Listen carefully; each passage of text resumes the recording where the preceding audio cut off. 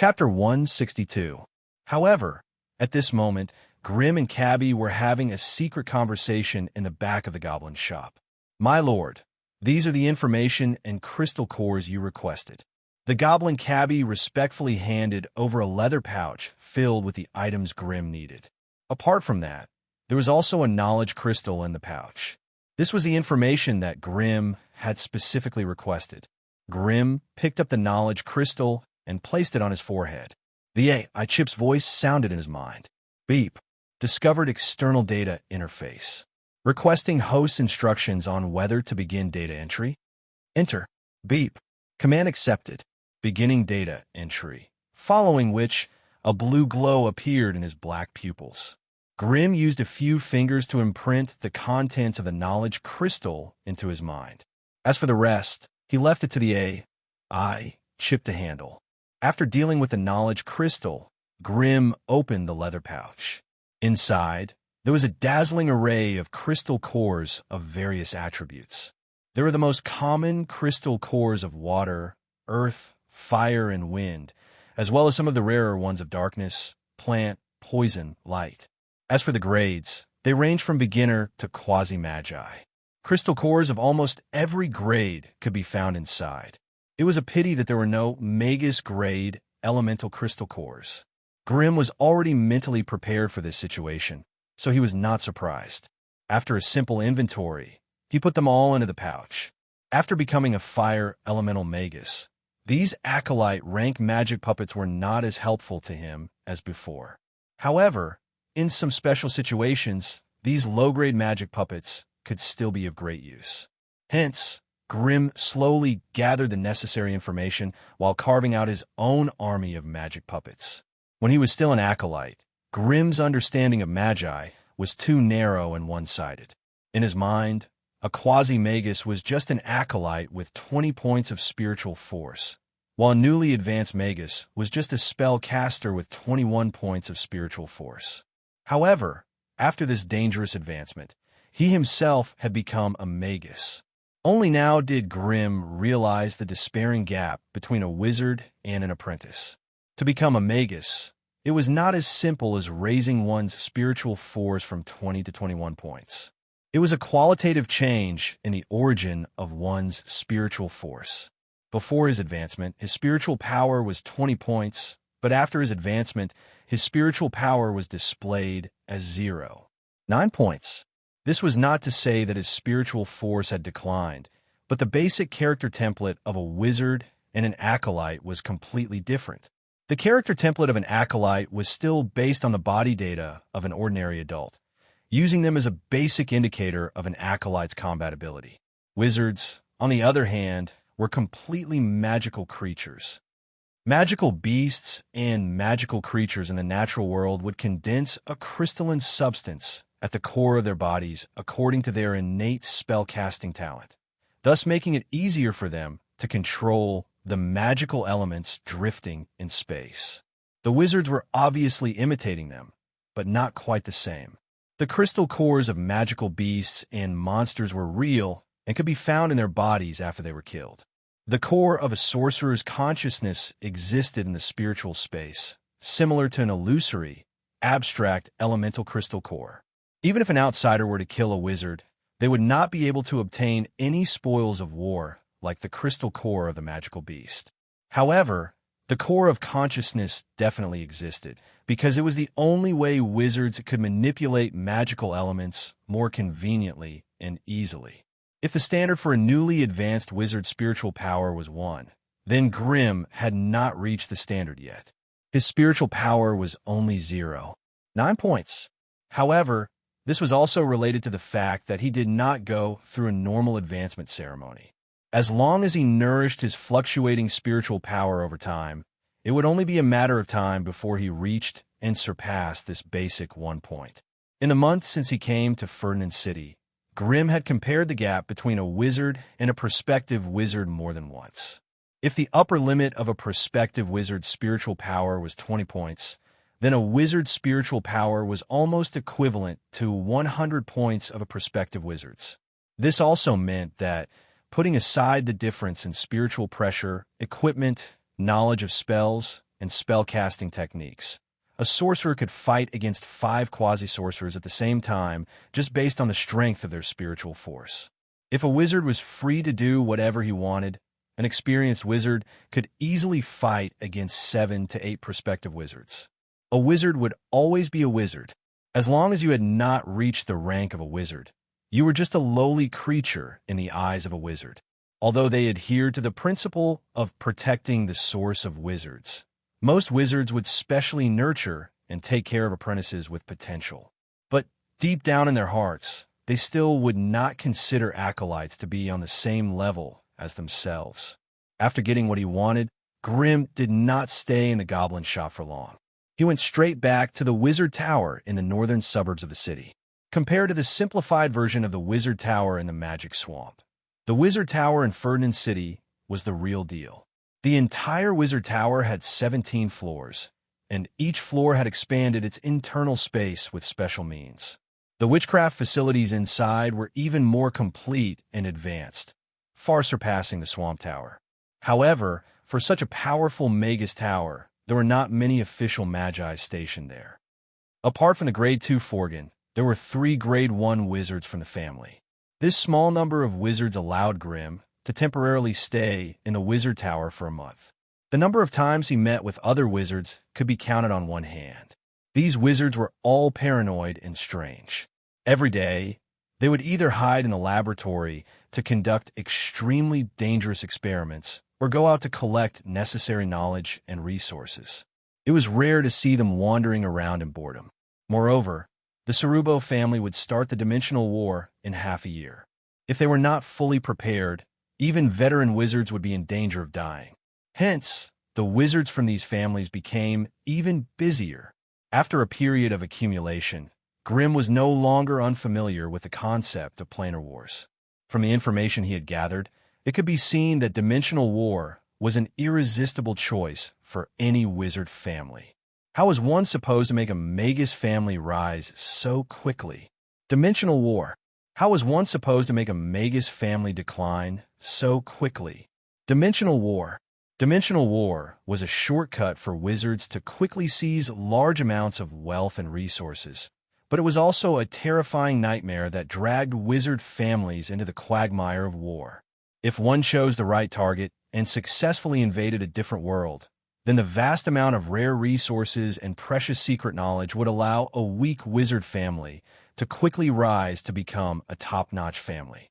When these resources and knowledge were continuously transported back to the family, the wizard family could use them to nurture even more outstanding new wizards. Hence, using the resources and knowledge obtained from Dimensional War to nurture more new members, who would then become opportunities for the family to expand into a larger Dimensional War. Only in this way could a wizard family embark on an enviable virtuous cycle and grow stronger step by step. However, success came from Dimensional War, and failure came from Dimensional War. Once a wizard family fell into a Dimensional War, a large number of wizards would fall, and a large amount of resources would be invested without any return. Even the top-notch wizard families would find it difficult to bear such a heavy blow. It would be good if they could not recover from this setback. However, if they were invaded by hostile families or families with ill intentions, the entire wizard family could be destroyed. There were hundreds of wizard families scattered around the Tower Forest region in the center of the Sorcerer Continent. These wizard families formed large and small forces through marriage, alliances, mergers, and other means, causing the relationships between the families to become increasingly complicated and chaotic. Every sorcerer family, academy, guild, alliance, and other sorcerer forces had their own secondary plane. The so-called secondary plane was actually a mature, small, and medium-sized plane. Although its resources and overall strength could not compare to a large plane like the sorcerer world, it was still a material plane with a complete world structure and a complete power system. If they were given enough time to develop and grow, then it was not impossible for them to become a new large plane. However, once their plane world was discovered by wizards in the depths of the Sea of Stars, then they would be like lambs targeted by a vicious wolf. Incursions would become inevitable. As a large plane rarely seen in the endless sea of stars, the sorcerer world's overall strength could be counted on one hand among all the material planes. If wizards discovered another material plane while traveling in the depths of a sea of stars, they would do their best to evaluate its overall strength. Once they felt that it was profitable, they would return to the sorcerer world and gather powerful forces to carry out an invasion. Large planes would not easily start a war with each other. Otherwise, the difficulty of the invasion would be too great, and the resources invested would not be enough to return in a short period of time. Therefore, the so-called plane invasions were mainly from small and medium-sized planes. Some powerful medium-sized planes might require large forces like the Scatter Tower Forest, Northern Witches, Sorcerer Association, and Silver Alliance to have a chance of successfully invading them. For ordinary small and medium-sized planes, ordinary wizard families were enough to do such a job. Therefore, among the wizard families, the number of material planes they invaded and the rare resources they could extract from these planes every year became the most important indicators to measure a wizard family strength. Within every family, the coordinates of the invaded and enslaved planes became their most precious assets. They must be kept tightly in their hands and must not be discovered by hostile forces. It was said that the Cerubo family had 2 small secondary planes, but they were regional cooperation models with a lower degree of development. The returns were far less than full enslavement. The regional cooperation model was actually just that the wizard family that invaded the small plane was too weak, and it was not enough to suppress the internal resistance of the opponent's plane. Therefore, in order to avoid incurring greater losses, the invading wizard family and the plane's natives reached a compromise. They carried out bilateral trade in the name of regional cooperation and joint development. Although the invading family needed to use a currency that both sides agreed on to buy resources, they could still maintain a high return by selling it to the sorcerer world. Although this was not as efficient as forcefully occupying or enslaving the plane, the risk of war would be much lower. Chapter 163. In order to protect the coordinates of his family's secondary plane, the world altar was located in the Magus Tower in Ferdinand City. Half a year's time was neither long nor short. After becoming a Magus, Grimm's biggest feeling was that the growth of his strength had slowed down. The meditation technique he learnt as an acolyte was no longer essential to a Magus, and the amount of spiritual force he gained from daily meditation had dropped to 3 or 4 decimal places. If not for the AI chip's meticulous monitoring of his body, Grimm would have suspected that his daily meditation had lost its effect. Of course, the Cerubo family had meditation techniques suitable for magi, but with Grimm's current aptitude, he did not have the qualifications to obtain them. Of course, if he contributed greatly to the family's planar war, he might be able to obtain them. If not, he could only silently endure the slow growth of his spiritual force. Although Grimm, Mary, and Intich were magi of the Cerubo family on the surface, they were in fact prisoners of the family.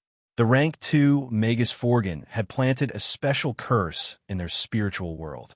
The moment they left Ferdinand City, they would be cursed and killed instantly. Hence, the 3 of them seemed to be able to roam freely in Ferdinand City, but they did not dare to step out of the city. Alice was furious that Grimm and Mary had both become magi. She suspected that Grimm had purposely sent her out of the secret plane and let Mary take her place, causing her to lose a chance to advance quickly. As for the dangers that Mary had encountered during her advancement, Alice had intentionally or unintentionally neglected them. Anger could easily make people lose their rationality. Hence, Alice had been frantically completing missions these days, taking on the most dangerous missions around Ferdinand City. She was so busy that her feet barely touched the ground, and it was almost impossible to see her in the Magus Tower. As for Mary, her strength had suddenly increased by leaps and bounds after becoming a Magus. Her high agility, sharp close combat attacks, and barbaric fighting style made her a terrifying killer on the battlefield. Without special methods to restrict her, even veteran magi who were far more powerful than her would have a headache when faced with her ghostly figure. Otherwise, the body refinement wizard from the Salubo family, Keel, would not have died under Mary's fangs and blood-red longbow. Of course, when Mary started to show her talent, Grimm became quiet and low-key again. Most of the credit for his previous strength was actually due to the silent sacrifice of the devil puppets. As apprentice magic puppets became less and less effective against future wizards, Grimm's advantage also became smaller and smaller. If he wanted to regain his advantage in battle, he would need to work hard to increase his own strength, and he would also need to find a way to obtain a large number of wizard-rank elemental crystal cores. Currently, Grimm only had one Flame Lord as a wizard puppet. Apart from that, he also had a Grade 2 Molten Giant Crystal Core that he had yet to deal with. However, with his current level of puppet refinement, it was very difficult for him to deal with elemental cores of this level. Therefore, for the rest of the time, Grimm once again went into seclusion. He worked hard to turn the crystal cores he collected into battle puppets of different elements. Since he could not improve the quality of his magic puppets in the short term, he would find a way to increase the number of magic puppets and create a puppet army with different roles. Apart from refining magic puppets and meditating every day, Grimm also collected some resources and found a way to solidify the Balrog transformation magic rune set on his body. As for the rest of the time, Grimm began to diligently study the secret voodoo scroll that had been bound to his soul. Grimm had never heard of such a magical wizard artifact before. Now, he was slowly developing the special functions of the secret voodoo scroll based on the information he found in the library. Soul equipment? Grimm had heard of this strange name from Anderson. Thus, with this clue, he quickly looked up the relevant information and gained a preliminary understanding of the uniqueness of soul armaments. Soul equipment was a type of magic equipment. It was also a special magic equipment that could grow along with the main body of the soul. In the past, the secret voodoo scroll would automatically return to Grimm after leaving him for a certain distance. The other thing that helped him the most were the 6 spell storage slots. 6 powerful spells that could be released once per second were enough for him to gain the most advantageous attacking position from the start of a battle with an enemy. Now that he had advanced to become a magus, he had discovered a new way to use the secret voodoo scroll. Plague spell. Using the enemy's blood to write down their name in the secret voodoo scroll, the enemy would constantly be attacked by the plague spell. This kind of attack was automatically completed by the secret voodoo scroll, and Grimm did not need to expend any mental strength or wizard power. Thus, he meditated, refined magic puppets, and studied the secret voodoo scroll every day. Half a year passed in the blink of an eye, and soon, it was time for the family to start the planar war. Half a month before the departure, the Magi belonging to the Sarubo family returned to the Wizard Tower. This caused the number of Magi in the tower to reach 7. Before Grimm and the other 2 had joined, the Salubo family only had a total of 7 Tier 1 Magi. This also meant that the Sarubo family was taking this planar war very seriously, to the point where they were going all out. In order to prevent their movements from being discovered by their enemies, the Magi of the Sarubo family had snuck back to the Wizard Tower in the most secretive way possible. The place where they would gather was on the 10th floor of the Wizard Tower. The team was led by the Tier 2 Magus Forgan, and included Grimm and the other 6 official Magi. As the group stood in the teleportation formation, Forgan looked at the team coldly and said indifferently, "Get ready. We will be teleporting directly to the Outlands and rendezvous with the rest of the teams there. This teleportation will break through the dimensional barrier, and it is considered a long-distance teleportation. Those who have not experienced it before, make sure to guard your mind. Do not casually send your mental strength out of the teleportation formation." After saying this, Forgan drew a spell talisman in the air, condensing a terrifying icy aura, and inserted it into the teleportation formation beneath his feet. As the teleportation formation flickered, the Magi inside disappeared without a trace. Even though Grimm had a premonition of how terrifying long-distance teleportation was, he still could not bear the torture the spatial energy inflicted on his spiritual origin. His body was stretched into a thin line and then crushed into a pile of meat paste in the teleportation formation. Mottled and blurred colors occupied almost all of his vision. It was as if he was looking through a thick layer of tinted glass. Everything was blurry. The most unbearable thing was the dizziness of being tossed and turned. His eyes could not see, and his mental strength created the illusion of spatial distortion. Grim could not distinguish up, down, left, or front from back. Of course, there was a possibility that there was no such thing as up, down, left, or front. It was hard to tell how long the super long-distance teleportation took. Grim had completely lost his sense of space and time. When he reappeared in another teleportation formation, he closed his eyes and rested for half a minute before returning to normal. When Grim opened his eyes, the first thing he saw was a dazzling river of stars. Grim had never felt so peaceful before. His body and mind were completely at ease. Above his head, in the sky, there was a layer of solid and transparent energy shield. Outside the barrier was the boundless sea of stars. This was the ocean of energy in the multiverse that made one's heart surge. The starry sky was vast and boundless, dotted with countless stars that seemed to stretch endlessly. Looking up at the starry sky, he felt as if he had fallen into the darkness of a night without the barrier between planes. The barrier between man and sky had disappeared, and everything became dreamy and dreamy. Grim spent a great deal of effort to pull his gaze away from the darkness above him. Only then did he have the chance to look at the teleportation formation he was on. This was a huge half-plane that floated in the depths of the sea of stars. The interior of the half-plane was not in the form of a continent commonly seen in the material world. Instead, it was an unimaginably huge mountain peak. Craggy mountain rocks, rocky peaks, and forests were everywhere. Terrifying peaks stood tall like unsheathed swords. The teleportation formation Grim and his party were on was located at the top of one of the peaks. Someone had used a terrifying method to carve out a wide platform at the peak of the mountain. Standing on it and looking into the distance, one could see that the surrounding mountain peaks were densely packed with holes, with countless powerful flying magical beasts similar to wyverns flying in and out of them. There was more than one teleportation formation at the peak. Grim could see 3 teleportation formations that looked exactly like the one he was standing on. There were also teleportation formations there. There were 3 teams dressed like magi. Come with me. We need to meet up with them first. Forden called out softly and took the lead. Anyone who could become a sorcerer would have their own unique way of flying. Some summoned flying magical beasts from their beast rings. Some sprouted a pair of strange wings, and some used wind elemental particles to fly. Grim summoned a lightning giant and had it carry him.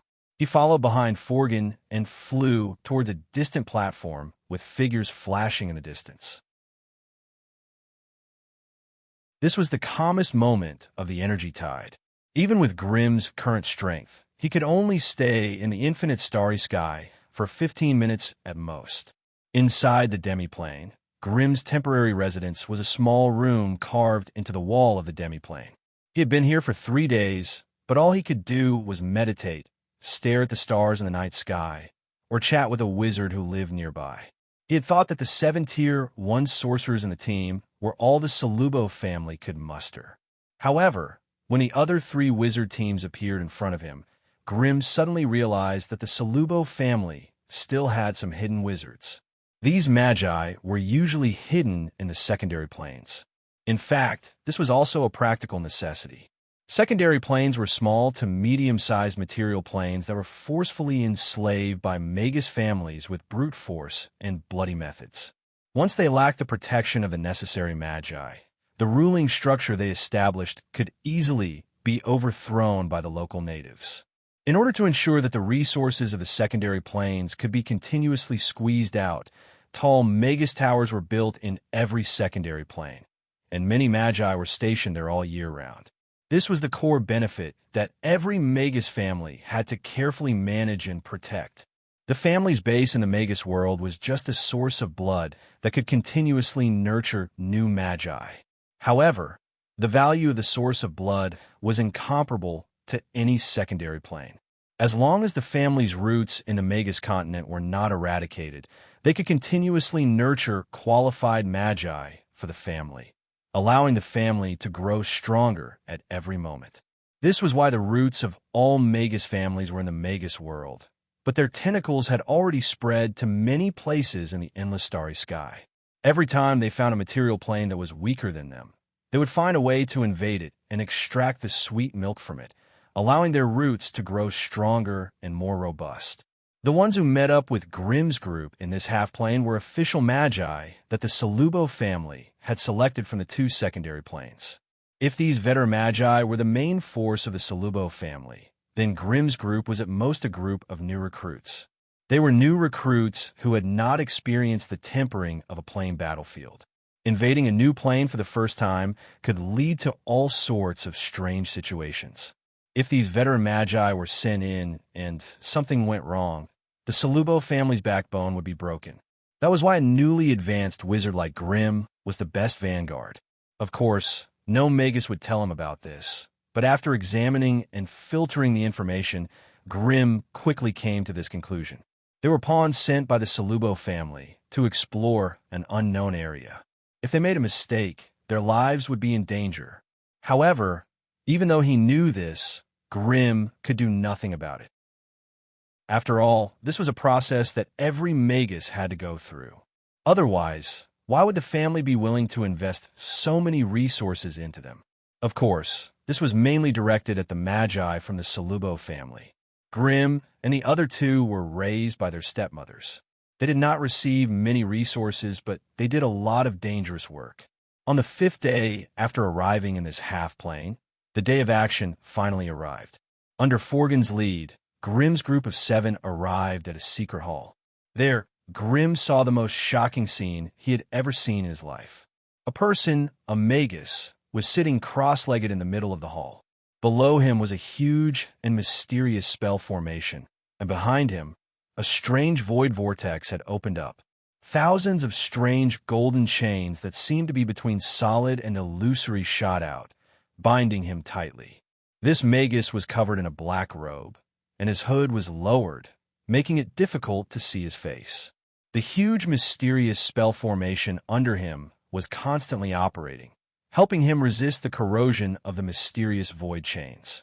Although he could not see the level of this Magus's strength, Grimm could feel a terrifying force around him that could shatter the void and shake the plane. Facing those strange void chains, Grimm could faintly feel the aura of the origin of the plane's law. This is the manifestation of the law of some plane. Grimm was speechless. He had only understood a tiny bit of the law of fire, and it had allowed him to smoothly become a Magus.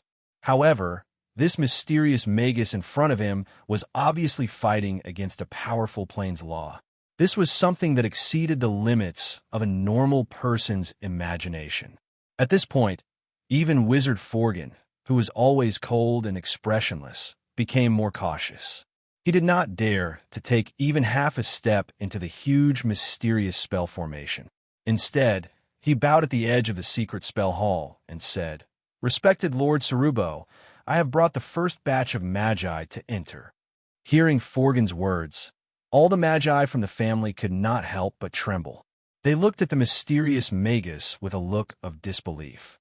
Could it be that this mysterious Magus was the one who founded the family thousands of years ago? Lord Sarubo, if it was really him, didn't this mean that he was looking at a terrifying great Magus who was at rank 5 or even rank 6?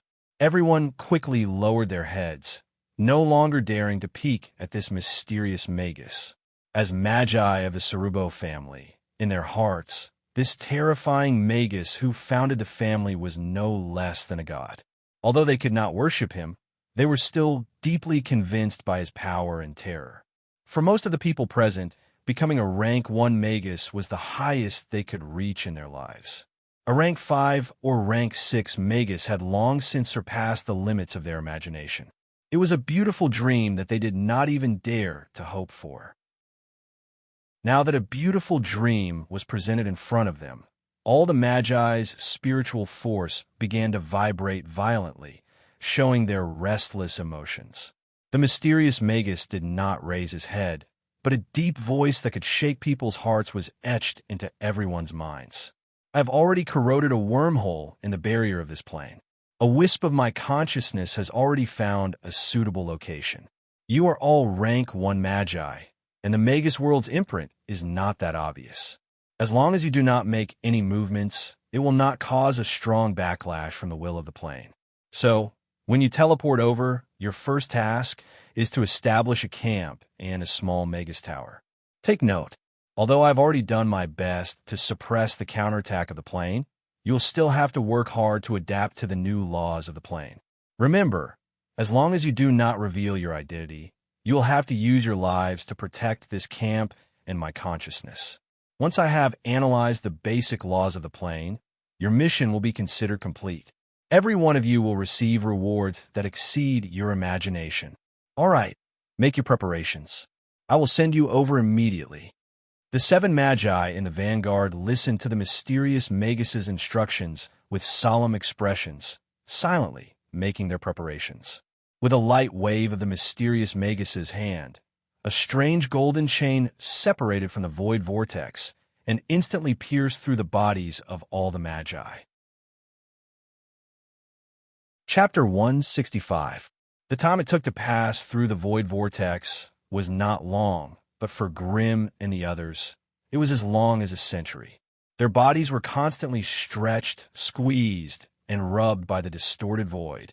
If it wasn't for their valiant physique and powerful spirit supporting them after advancing, an ordinary sorcerer apprentice body would probably have disintegrated during the process of crossing.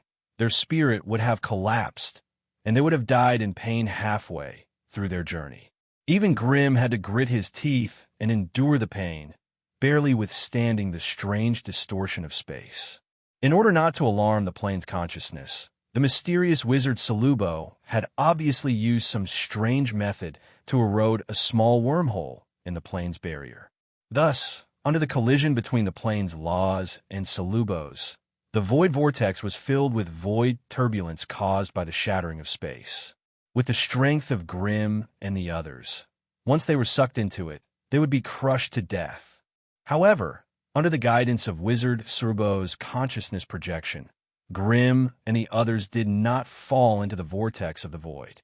Instead, they quickly passed through it, dodging one terrifying turbulence after another, and suddenly appeared in another world. This was a secluded valley in the boundless mountain range. The ancient trees in the forest were tall and vigorous, and the open palm leaf umbrellas easily occupied an area of an acre. The surroundings were also filled with tall mountains, crisscrossing ravines, and the chirping of birds and insects could be heard.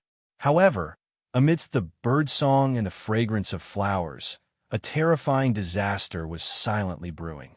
A small hole opened in the middle of the grassland, and in front of the hole, a black-robed wizard was silently sitting with his legs crossed, his body wrapped in dense golden chains. One end of these golden chains sank into the body of the black-robed sorcerer, while the other end sank into the surrounding void. It was an extremely strange sight. Due to the binding of the golden chains, the black-robed wizard did not dare to do anything. A casual movement or a cough could cause a strong reaction from the golden chains, and the surrounding space would be affected. After all, this was only a small material plane, and the internal structure of the continent was not even 1/100th of the Magus continent. Thus, a plane like this could not accommodate creatures that were too powerful. With Salubo's identity as a rank 6 wizard, trying to squeeze into the material world was like trying to stuff a tiger into a cat's cage. One could only imagine the difficulty. Moreover, as a creature of the Magus world, Magus Salubo's body and soul contained a strong aura of the Magus world, which was incompatible with the laws of this plane. Planar worlds were different, and the planar laws were also very different. The higher the rank of a sorcerer's soul, the more severe the rejection from the plane would be. Therefore, if Wizard Salubo really entered this strange plane, it would be very difficult to find an opponent that could fight him. But as long as he hadn't analyzed the laws of this plane, his body and soul would always be suppressed and rejected by the plane's consciousness. Before he dispelled the repulsive force, his strength would be suppressed to an extremely low level. If he resisted the plane's suppression too much, it would attract the attention of the plane's consciousness. At that time, he would attract even more enemies, and with the suppression from the law chains, it would be difficult for him to defend against a group of weaker enemies. Thus, as the standard procedure for a plane invasion, Magus Salubo, the mastermind behind the scenes, would corrode a wormhole in the plane's barrier and then project a strand of his consciousness in. He would then guide the subsequent low-ranked magi into this plane, slowly corroding it bit by bit. The void vortex, which had been calm all this time, suddenly showed a trace of movement. Asterisk pop, pop, pop. Asterisk following the continuous ripples in the space. Black-robed magi were spat out one by one and rolled on the ground. Grim painfully crawled up from the ground, but as soon as he stood up, he squatted down again. A terrifying pressure descended from the sky, and countless law chains suddenly extended from the void around him, instantly suppressing his strength to an undetectable level. Damn it, damn it, damn it. Stifling, oppressive, distorted, his mouth and nose felt as if a thick layer of wet wipes had been stuck to it, making it difficult to breathe. The powerful elemental energy that filled his body was like a broken bottle, and in an instant, not a single drop was left. Out of the 7 magi, the body-enhancing Magus, Keel, had the best performance. Even though his spirit was greatly suppressed, he still had an extremely strong body. A few of the weaker elemental magi were all frowning, unable to get up after being pressed to the ground. As veteran magi, they had gathered precious resources everywhere to increase their strength, so their bodies could not be too weak. The reason why they were in such a bad state was mainly because they were used to the feeling of being strong. Now that all the energy in their bodies had been sucked out, even breathing and walking felt extremely uncomfortable. Grim slowly stood up from the grass and slowly moved his body. He could feel it too. The laws of this plane were very different from his original world. If he wanted to recover his strength, he would need to slowly adapt to the laws of this plane. Now, as long as he did not rashly use the elemental energy that had merged with his body, the suppression of the laws of the plane would not be as strong and violent. After everyone had slowly adapted to the environment, they stood up and walked towards the hazy projection sitting cross-legged on the grass. They bowed and waited for their orders. Of course, this was not Wizard Salubo's original body, but just a projection of his consciousness. Even so, the backlash of the laws of the plane was still very clear on his body. In comparison, the dimensional suppression of these rank 1 magi was negligible. You all came here successfully. Very good. Now, leave a few of you here to modify the environment. The rest of you spread out and seal off all the paths leading to this place. Do not let any outsiders disturb my analysis of the laws of the plane. The spatial ripples caused by the void whirlpool just now might have attracted the attention of the powerful beings of this plane, so you must increase your vigilance. The second batch of magi will only arrive in a month. Before that, you must guard this place by yourselves. Salubo's projection gave a few simple instructions and went silent. Everyone looked at each other and retreated to a distance, beginning to arrange their next tasks. Although they were all rank 1 magi, they still had to listen to Wizard Kogan's orders. After all, Lord Forgan had emphasized this point many times before they had come here. We've just arrived here, and our strength is at its weakest. It's not suitable for us to make any big movements in the short term. I've set a limit of 3 miles in the next 3 days. Do not come into contact with the natives too early. Keel, Winkamere, Cohen, and I will stay here and try to build a camp in the shortest time possible to hide Lord Forgan and the Void Whirlpool. In Tick, Mary, and Grim, you 3 will be in charge of the periphery. First, clean up any dangerous creatures nearby. Do not let them intrude and disturb Lord Forgan. Do you hear me?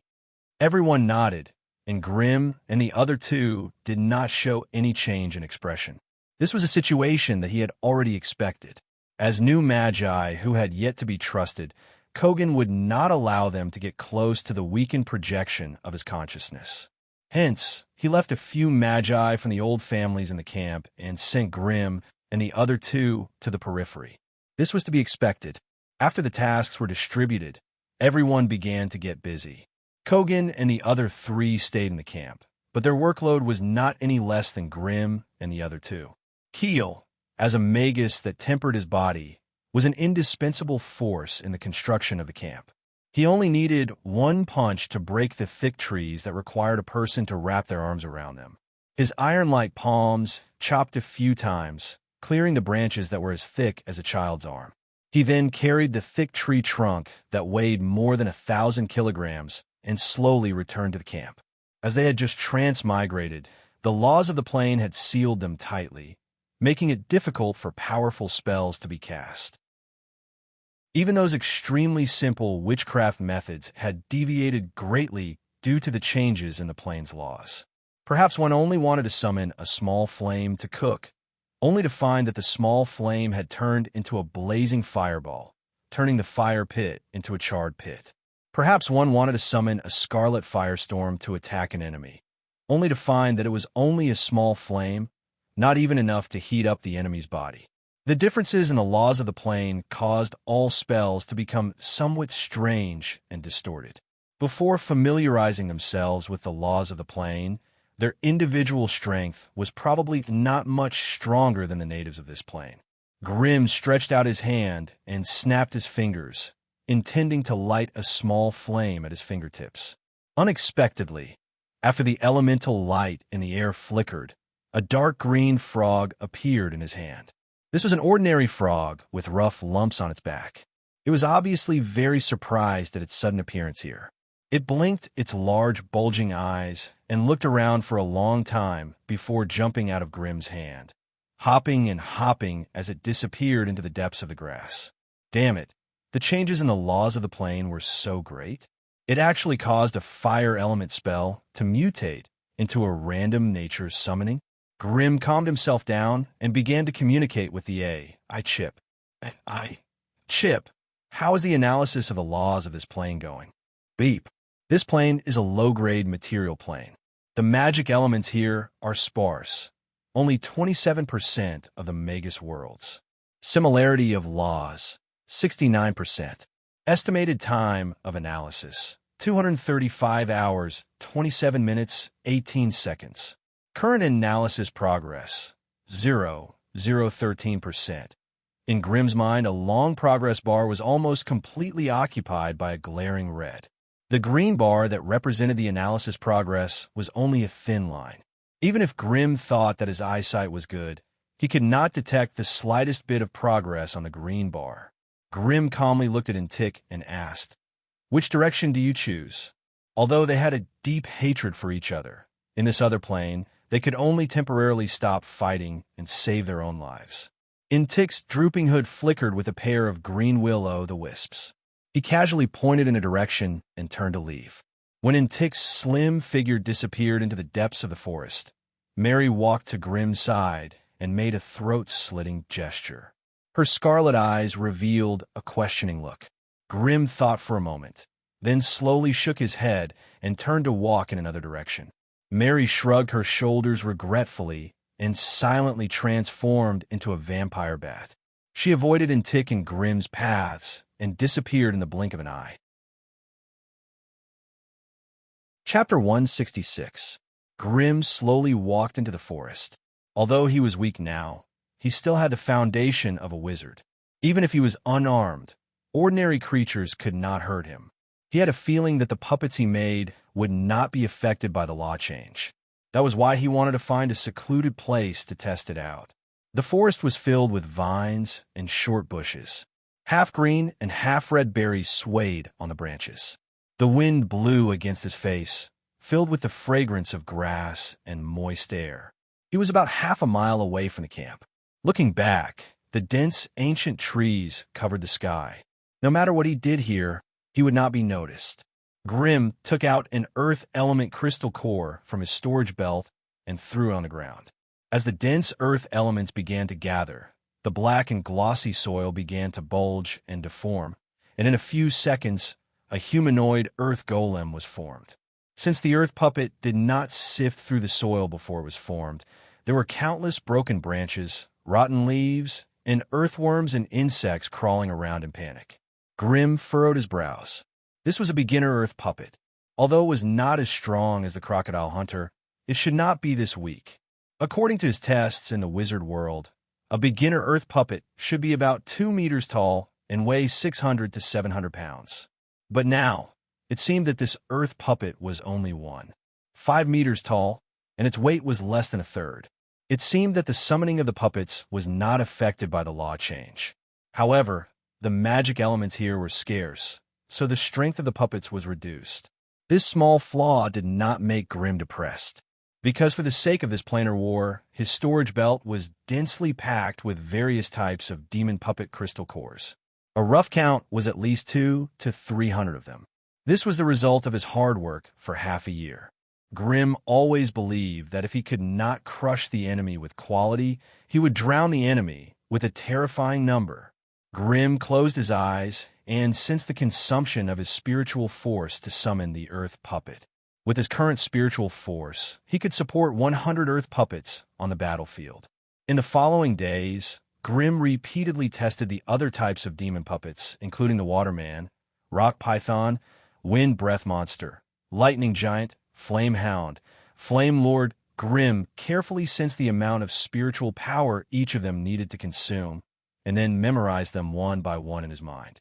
Ever since he had advanced to become a magus, his sudden increase in spiritual force made the demon dusk army that he had previously envisioned somewhat feasible.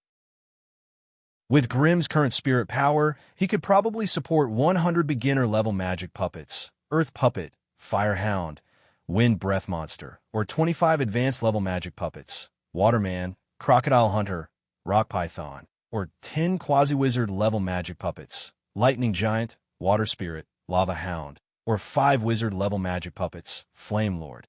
However, there was only one wizard-ranked magic puppet, the Flame Lord.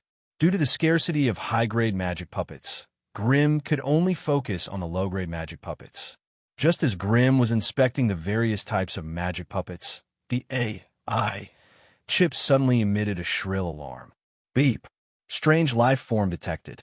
Currently transmitting special spiritual waves. Grim suddenly turned around. His eyes that were as bright as the morning stars pierced through the gaps of the forest, and his gaze landed on a strange flying insect lying in the dense foliage. It was a finger-sized insect with a shiny black carapace all over its body. It was lying on a thick branch, using the wide leaves to cover its body. If not for the AI chip's warning, Grim would not have been able to discover such a hidden lurker with his spiritual force severely suppressed. Bastard, it's that demonic insect in Tick's spy. Grim furrowed his brows, and his eyes flashed with a red light. The branch that the flying insect was perching on immediately emitted thick smoke and was instantly ignited by the gathering fire elemental energy. The flying insect knew that it had been exposed. It flapped its metallic wings and wanted to slip away, but Grim's second ignite spell had already locked onto it. The laws of the other plane had affected Grim's first spell, and he had no choice but to cast a second one. The sudden explosion of flames engulfed the flying insect in an instant. It wriggled its fat body and shrieked in pain, making human-like sounds. It seemed that the demonic insect in Tick had attached a strand of spiritual force to the insect's spy, and now it had suffered a little under Grim's hands. In a clearing half a kilometer away from Grim, the black-robed in Tick stood there quietly, a cold snort coming from the shadows of his hood. Like Mary, the demonic insect in Tick did not rely too much on elemental spells due to its special constitution, and thus was not greatly affected by the laws of the other plane. That was why he wanted to take this opportunity to kill Grim. The main reason why he did not choose Mary was that vampires were too difficult to deal with, and they were also the type that were hard to kill. Grim was only an elemental magus, and once his strength was greatly reduced, a sneak attack would be more likely to kill him. Unfortunately, the scenes that the flying insect had spied on made Tick feel a chill run down his spine. That damn Grim actually had such a large number of detestable magic centipedes.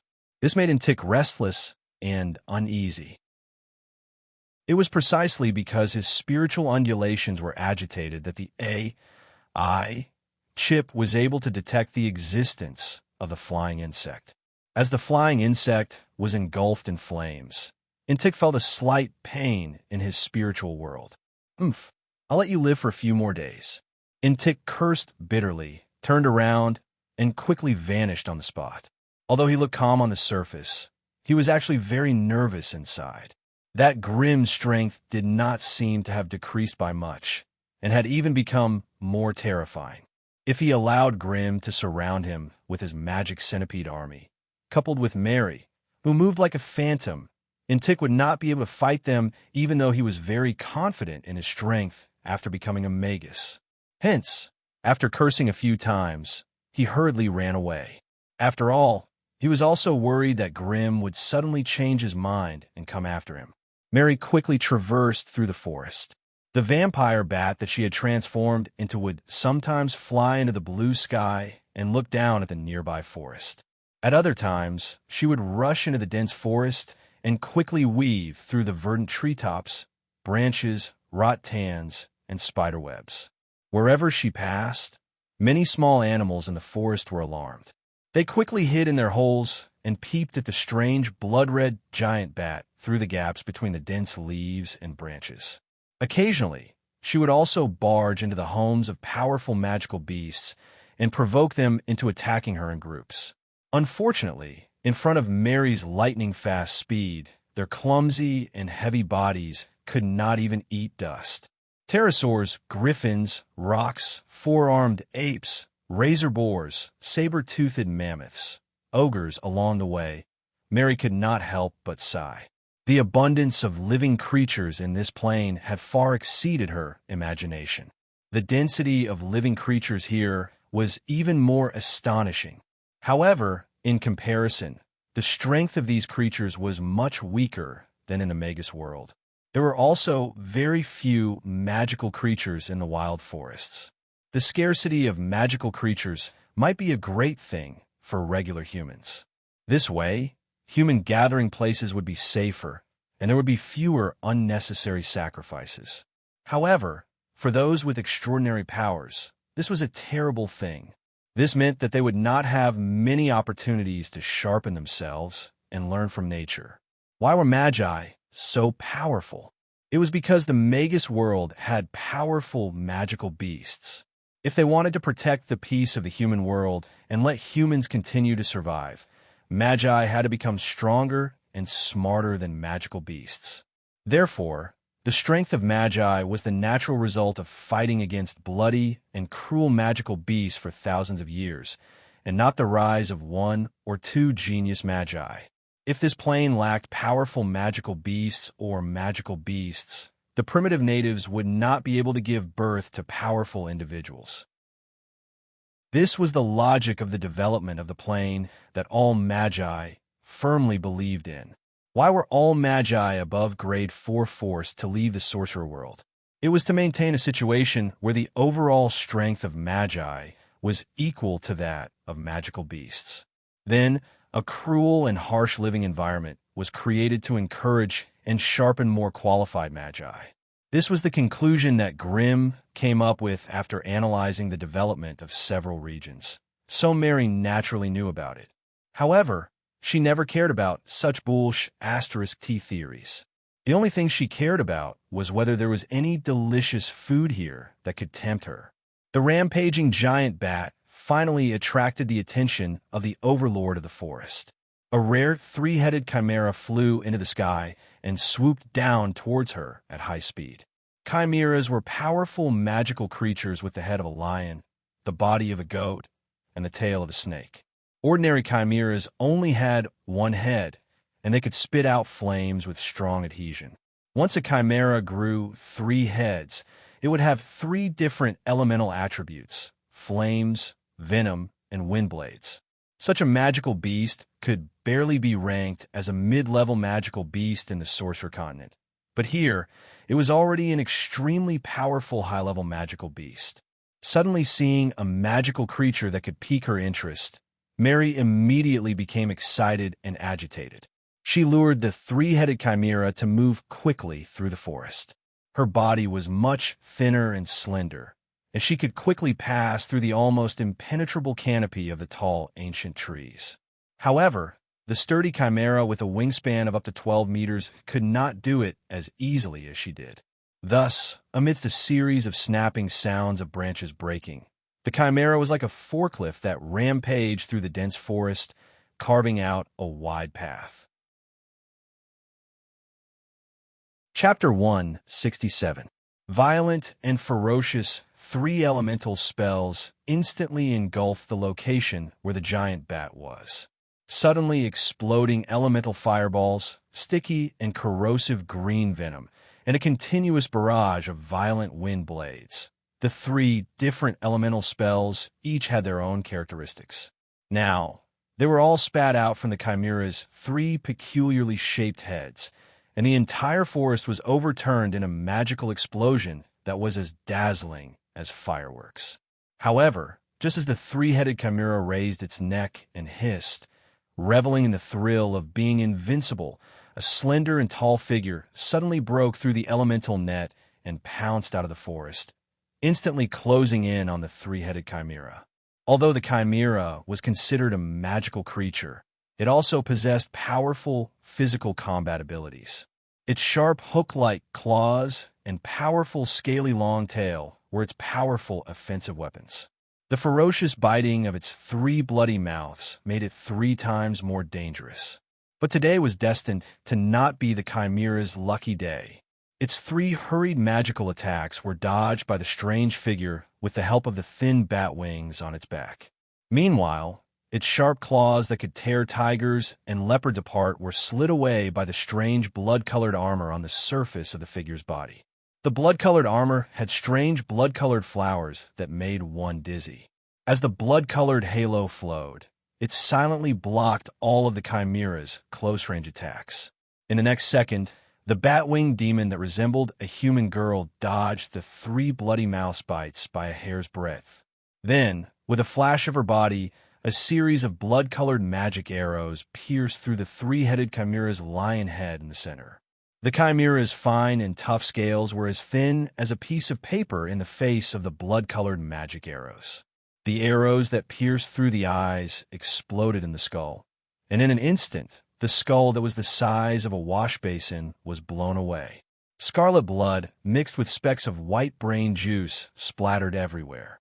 Compared to the huge and sturdy three-headed chimera, Mary's petite figure was like a mosquito circling around a lion. However, the blood-red longbow in her hand was a true killing weapon. She continuously sent blood-red magic arrows into every vital part of the chimera's body. The blood magic arrow's penetrative power, coupled with the blood energy's blood drain effect, made an extravagant hope for the chimera to even deal a little bit of damage to Mary. It had only been 3 minutes since the start of the battle, but the three-headed chimera was already riddled with holes. Its entire body was bleeding profusely. The three-headed chimera wailed and used its long tail to push Mary away. Its huge body turned around and frantically flapped its fleshy wings that were covered in hard scales, intending to escape back to its nest. Unfortunately, it was too late. Mary's body froze in midair, and her bat wings slowly fluttered behind her. She said coldly, "Now you want to escape?" Too late. In the next second, a blood-red rainbow streaked across the sky. Mary's slender body had already appeared on the back of the chimera, which was engrossed in its flight. The blood-red longbow in her hand was pulled to its fullest extent for the first time. A terrifying blood-red energy gathered on the bowstring, condensing into a crystal-clear blood-red arrow. "Go to hell!" Following Mary's roar, her fingers loosened, and the blood-red arrow pierced through the chimera's hard green scales at lightning speed, exploding at the point where the 3 heads met. A huge fountain of blood spurted out.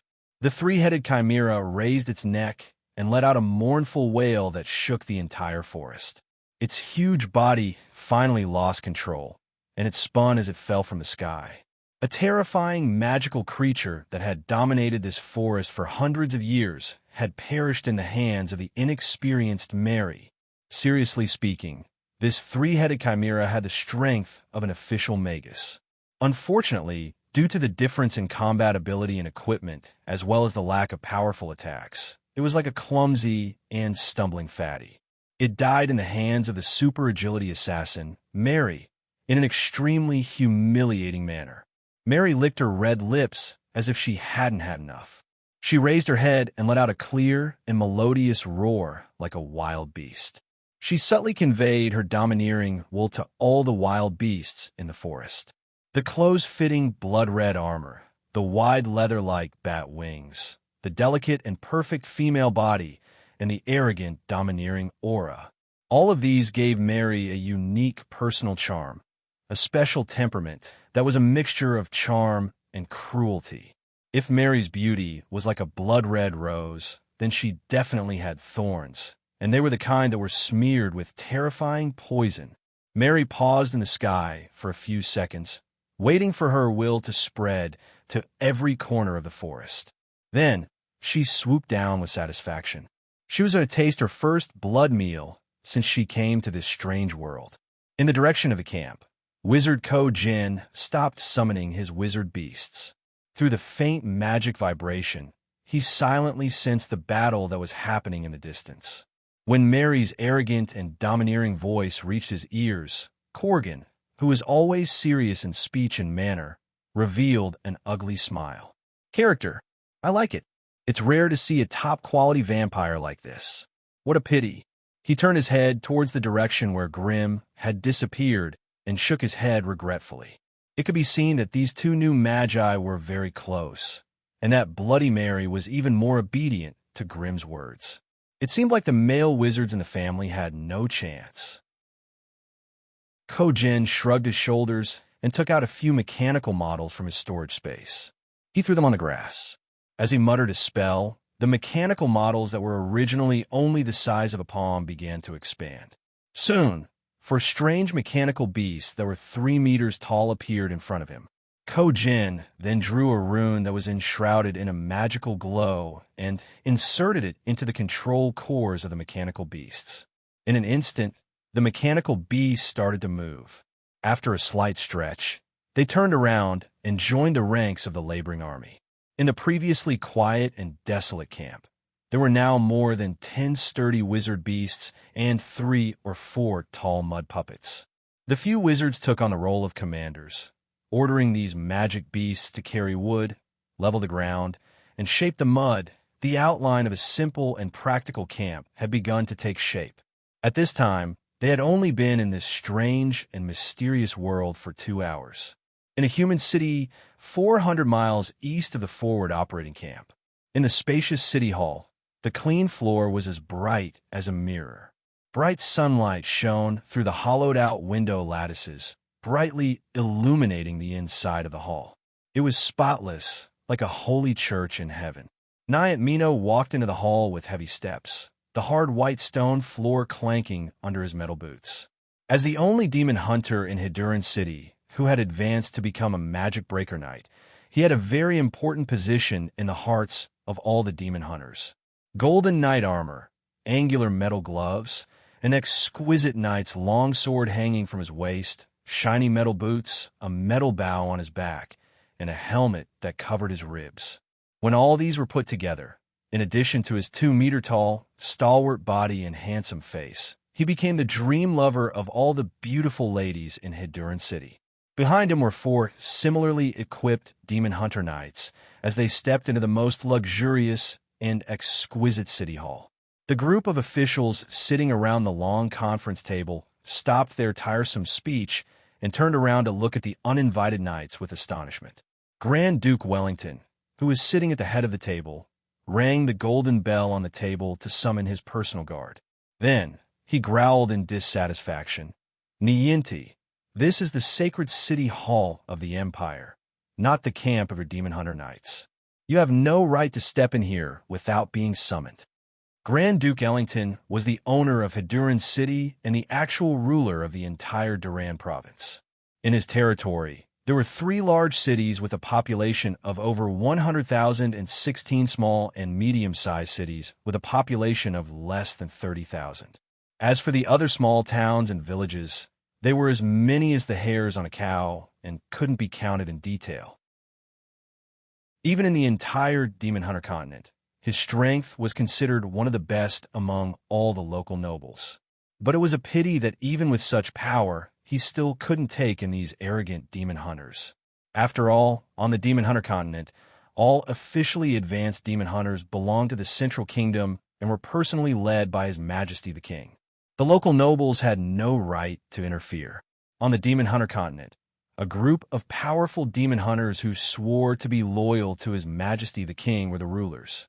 The purpose of their existence was to eliminate all evil spellcasters that appeared on this continent. In this great kingdom that was dominated by demon hunters, there would be some spellcasters who awakened their evil physique every year. They didn't have strong physiques, nor did they have iron wills tempered by years of training. They didn't have custom-made knight equipment, but they could summon mysterious and evil flames out of thin air, freeze people in ice, or make the dead crawl out of their graves. The existence of these evil spellcasters was a huge hidden danger to the mortal society. Therefore, countless righteous and noble demon hunters responded to His Majesty the King's call and gathered together to execute every evil spellcaster who revealed their tracks in every remote and desolate town. These noble knights called themselves demon hunters and even formed a large-scale, rigorous internal system. And this Knight Mino was a highly respected demon hunter who advanced to become a spellbreaker knight. This group of demon hunters had a very high status and were not under the jurisdiction of the local nobles. Therefore, in every city with a demon hunter knight camp, they were the biggest headache for the local magistrate. Therefore, when Grand Duke Ellington was furious about the decline in his territory's taxes, this group of detestable demon hunters swaggered in. Chapter 168. The heroic knight didn't care about the Grand Duke's anger. Ever since he became the youngest magic breaker knight in Dulin Province, he became the leader of the demon hunters. Sweep away the darkness, show mercy to the weak, and be fearless. This young knight, who was only 28 years old, strictly adhered to the maxim passed down by the holy knights. He rejected all the luxurious pleasures of the nobility and devoted all his energy to cleansing evil. Honorable Grand Duke Wellington, I heard that you have a sage gird under you. I want to see him right away. Naiant stood ramrod straight in front of the Grand Duke, ignoring the ferocious gazes of the dozen fully armed guards behind him as he stated his objective. Although it was a request, when it came out of his mouth, it didn't sound like a request at all. The Grand Duke's face turned ashen in an instant, and he angrily waved the exquisite scepter with a large ruby at the top, roaring loudly. Gerd is the first teacher I've hired for my youngest daughter. He's not some sage, and he's definitely not the spellcaster you're looking for everywhere. You have no right to investigate the mansion of a Grand Duke. It was a pity that the Grand Duke's roar was ignored by Naiant. He stared coldly into the Grand Duke's eyes and said word by word, I'm not here today to investigate and collect evidence, nor do I have the intention to make things difficult for this sage Gotham. Perhaps. Naiant paused slightly at this point. Perhaps I still need to borrow the power of this sage Gotham for some matters. Seeing the hesitation on Knight Niini's face, Grand Duke Wellington couldn't help but be taken aback. Before he could refuse again, the clear and bright voice of a young woman came from the corner of the hall. If you want to see Teacher Gerd, follow me. Hearing this familiar voice, the Grand Duke couldn't help but blurt out, Ain, why is it you? Go back quickly this place. A beautiful girl in a light yellow dress walked in from a small door in the corner of the hall. She was only 16 or 17 years old. It was the Grand Duke's youngest daughter, Elena. Father, don't stop Knight Naiant. This is actually Teacher's idea. The Grand Duke frowned and said, Since it is Gert's wish, then bring him along. But I'm afraid these demon hunters will have to stay here. And Inkton nodded and whispered a few words to his companions before following Eileen into the mansion. The place where the sage Gotham lived was a tall spire, and the only way to reach the top of the spire was through a narrow spiral staircase. Enid's physique was relatively sturdy, and the armor on his body was especially thick. Therefore, when he climbed up the stairs, the metal armor would occasionally make strange sounds as it rubbed against the stone walls. Looking at the Grand Duke's youngest daughter, Infinite couldn't help but sneer in his heart. As soon as I arrived at the mansion, the Goth knew. The title of sage was really well-deserved. However, the reason why he came to visit this Gothic sage was to seek help from his superiors. Therefore, even though the man in front of him had revealed a trace of the nature of a pagan, he still had to endure and wait for a better opportunity to fulfill his promise. Along the way, Infinite could not help but ask, "Miss Elena, what are you learning from that sage Gotham? Language, writing, and history?" Elena answered without turning around. Her tone was stiff and cold, as if she was unwilling to talk more. "I'm afraid it includes stargazing." Infinite could not help but add. Elena's slender body trembled slightly, but she still did not turn around. She said, "Not all knowledge is evil. Stargazing is something that even His Majesty the King values." "Why, Knight Infinite, are you planning to kill everyone who has learned stargazing?" Infinite did not say a word. The stone spire had 5 floors, and the sage Gotham was waiting for them on the 5th floor. This was a wise old man wearing a red robe and a monocle on the bridge of his nose. His shoulder-length hair was already snow white, and his face was old. His loose skin piled up into dense wrinkles on his face. His pupils were brown, and his eyeballs were turbid and dull.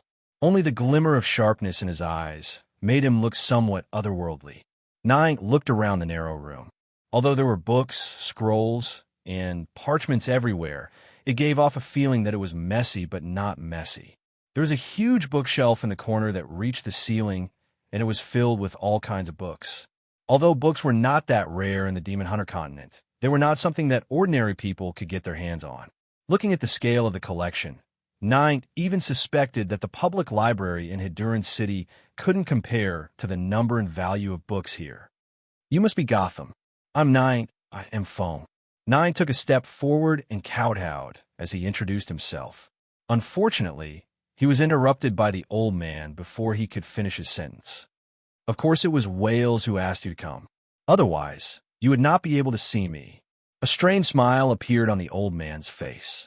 "He probably asked you to ask me if the nightmare that has been haunting him for the past month was real or not." Nine's facial muscles could not help but twitch. The messenger pigeon from the Elon Berg Demon Hunter Knight headquarters had only been in his hands for less than an hour, and this guy who lived alone in a stone spire already knew about it. Nine asked coldly, "This must be the special ability that you awakened, foresight or divination, or the soul restrained spell." His tone was full of disdain because he had judged and punished more than one heretic like this. The foresight ability could allow heretics to sense the arrival of danger in advance, and thus avoid the pursuit of the Demon Hunter Knights. However, the biggest disadvantage of this ability was that it could only foresee things that were related to oneself, and could not use it to help others. Divination was slightly better than foresight. It could use ritual tools such as beast bones, cards, and crystal balls to sense the future of a certain matter. It was a pity that the results of divination were usually very vague, and it was impossible to see the future as clearly as it was in foresight. As for the soul restrained spell, it was an extremely cruel and terrifying evil spell. Spellcasters who awakened this ability could detain the souls of the dead and make them serve them.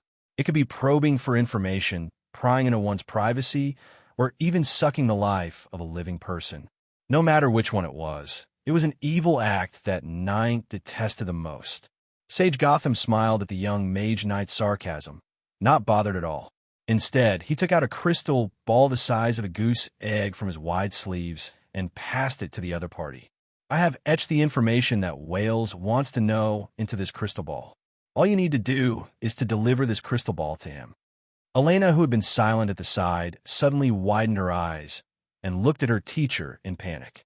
With the protection of the Grand Duke, as long as her teacher refused to admit that he had a special ability, the Demon Hunter Knights would not be able to find out that her teacher was a spiritualist.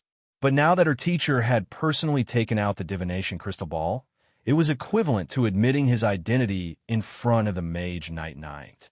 This, as expected, seeing the crystal ball, even though he had a special mission from the headquarters, Knight could not help but pull out his sword and point it at the old man's heart. "Humph, you are indeed an evil person. I think it's better for you to come with me and meet our Lord Wales in person." "No!" Elena, who was at the side, screamed and wanted to rush over to protect her teacher, but was stopped by the old man. Although the sword was pointed at his chest, Sage Gotham's face did not show any signs of fear.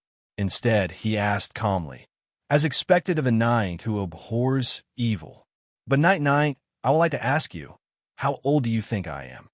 The other party's calmness confused Knight. This Sage Gotham was specially requested to meet by the only grade 4 holy knight who was regarded as a god by all the Demon Hunter Knights. If he really had the ability to predict the future, why did he not escape after sensing his arrival, but instead wait for him here? Knight's handsome face showed a hesitant expression, and he asked tentatively, 80 years old? In the Demon Hunter continent, where the average lifespan was 70 years old, this number was considered not low. Sage Gotham smiled and shook his head, his tone suddenly becoming melancholy. 27 years old. I'm only 27 years old this year. This time, not to mention Knight. Even Elena could not help but cover her mouth and exclaim. Although they had known each other for 5 years, she did not know her teacher's secret. Ever since I awakened the ability of psychic at the age of 13, the speed of my aging has been a few times faster than others. Every time I use my ability to predict the future, it consumes my life force. Especially for the past 5 years, I have been having the same nightmare every night. A group of powerful demons has descended on our world, taking away everything we have and turning everyone into slaves. This is not something that I can predict, but something that our world wants to tell me. That's why I use some methods to transfer my dream to your Lord Wales. Maybe in this world, only a powerful person like him can lead the people to fight against those terrifying demons in the dream. Knight's face turned pale. The situation in front of him was obviously out of his control. He could not even tell if this hateful evil person was speaking the truth or not. Although his strong willpower told him not to believe in any evil person, deep in his heart, Knight felt that this Sage Gotham was still trustworthy. Just as Knight was hesitating, Sage Gotham stuffed the crystal ball into his hands, then turned around and opened his arms to the narrow window, shouting loudly towards the sky. "Mother World, I have done what you have entrusted to me. Ever since you led me into that terrifying dream, I have wanted to ask you, does our world still have a future? Mother World, if you can hear me, please tell me." Following his loud shout, a sacred milky white light started to appear on his body. Sage Gotham seemed to be unaware of it. His footsteps staggered as he was immersed in a terrifying dream. No. It shouldn't be like this. Our world shouldn't be like this. Mother World, please let me see the appearance of that terrifying demon. As soon as he finished speaking, Sage Gotham's body trembled. "So this is what you look like. Demon, I see you." Sage Gotham suddenly turned his head, his face filled with excitement. "Quickly tell Wales, they are in the east." Nine could see it clearly. Just as Sage Gotham was about to say something, his eyes were suddenly pierced by someone, revealing 2 large bloody holes. A strange voice suddenly sounded in the stone room. "I didn't think that there would be a prophet in this world that can connect to the consciousness of planes. Insignificant worm, since you dare to spy on me, then go and die." As the voice fell, Sage Gotham's flesh and blood began to wither rapidly, and in an instant, he turned into a skeleton. Under the horrified gazes of the two, he turned into great dust. In the faraway Magus outpost camp that the two were unable to spy on, the human silhouette that was bound by layers of law chains suddenly opened his eyes. He lightly poked the empty space in front of him twice and blew. However, Such a slight movement had already triggered the backlash of the law chains. The humanoid shadow let out a muffled groan, and it took him a great deal of effort to stabilize his body so that he didn't collapse. Chapter 169. 3 days later, Grim and the other two who had gone out to scout had returned to the camp with the information they had gathered. It had only been 3 days since they last saw the teleportation point, which had been a grassy field the last time, but it had now grown to the size of a small town. A tall stone house rose from the ground, surrounding the humanoid figure and the void vortex. There were no doors or windows on the 4 sides, only a secret magus door at the front. Then, with this stone house as the center, rows of wooden houses and stone rooms were also built, scattered around the periphery in a picturesque manner. Currently, a group of wizard beasts were guarding the outskirts of the camp. There were lions, tigers, cheetahs, and all sorts of other creatures, but without exception, their bodies rippled with the special energy of magic organs. These wizard beasts with the strength of intermediate acolytes were not much in the eyes of magi, but they were very suitable to deal with the natives and wild beasts that entered the camp by mistake. The security within the camp relied on the densely packed spell formations and specially shaped mechanical beasts. These mechanical beasts were obviously the best products from Sky City, and each of them had the strength of a high-ranked acolyte. If one took into account their strong resistance and good teamwork, they would be more than enough to kill a quasi-magus. There were also a few pterosaur knights. Judging from their appearance, they must have been some kind of humanoid creature that had been sewn onto the backs of the pterosaurs using magic, giving them the ability to fly and attack from afar. Looking at their badly mutilated bodies, they must have been freshly modified using materials from the local area. Due to the lack of time, the lower bodies of the humanoid creatures had been cut off and forcibly fused onto the backs of the pterosaurs. The places where their bodies were connected were dripping with blood, and the thick stitches could be seen clearly. As soon as Grim returned, a pterosaur knight flapped its wings and blocked his way. The humanoid creature on the back of the pterosaur knight was a man. He had a muscular body and was naked, holding a spear-like weapon that flashed with a faint blue light. He bent down and sniffed. Perhaps he had sensed the strong magus aura on Grim's body. He bowed and flew into the nearby forest. Grim strode in without a care. Behind him, more than 20 earth puppets dragged a dozen large jungle creatures into the camp, howling miserably. Ko-Jin's wizard robe was stained with blood when he heard the noise. Seeing the saber-toothed mammoths, 4-armed apes, swamp crocodiles, and griffins, his face immediately lit up with joy. "Ha-ha! That's great. I'm just in need of materials. Hurry up and send them over." It was only now that Grim realized that Ko-Jin had such a great talent in modifying wizard beasts. He was afraid that the new wizard beasts he had just seen were all his masterpieces. After all, every single one of those wyvern knights possessed the strength of a quasi-wizard.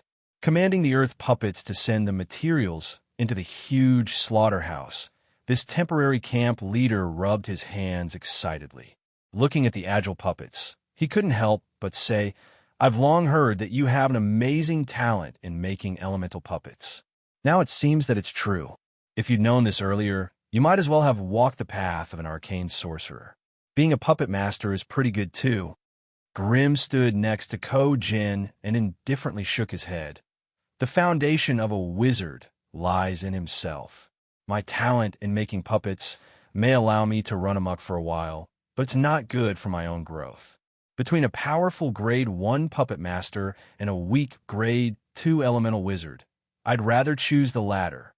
Ko-Jin stopped smiling and squinted his eyes. He said in surprise, "I didn't expect you to have such an understanding right after you advanced." "Very good. If Anderson had understood this 300 years ago, he wouldn't have ended up like this." Grim remained silent. Ko-Jin then forced a smile and ordered, "Go and rest. We might need to have a meeting tonight." Grim nodded. One by one, the earth puppets walked to his side and dispersed the earth elemental energy and sand that bound them. The magic puppet's crystal core gently floated into his hand. Grim put away the crystal core and strolled to a row of simple stone rooms. There were more than 10 stone rooms of the same size and style. Some of the doors were tightly shut, and the door was engraved with a magical light. Some of the doors were wide open, but it was empty inside. The ones with the imprint on the door were obviously already occupied. Grim randomly picked an empty one and walked in. A ray of red light hit the stone door, and the image of a flaming iron fist appeared in the middle of the door. This was the personal imprint that Grim had chosen for himself, and it could be considered as the direction of his development. He had scanned the room briefly when he came over, and did not find the imprints of Marion and Titch. It seemed like they had not returned yet. Hence, Grim sat cross-legged on the stone bed and closed his eyes to communicate with the AI chip.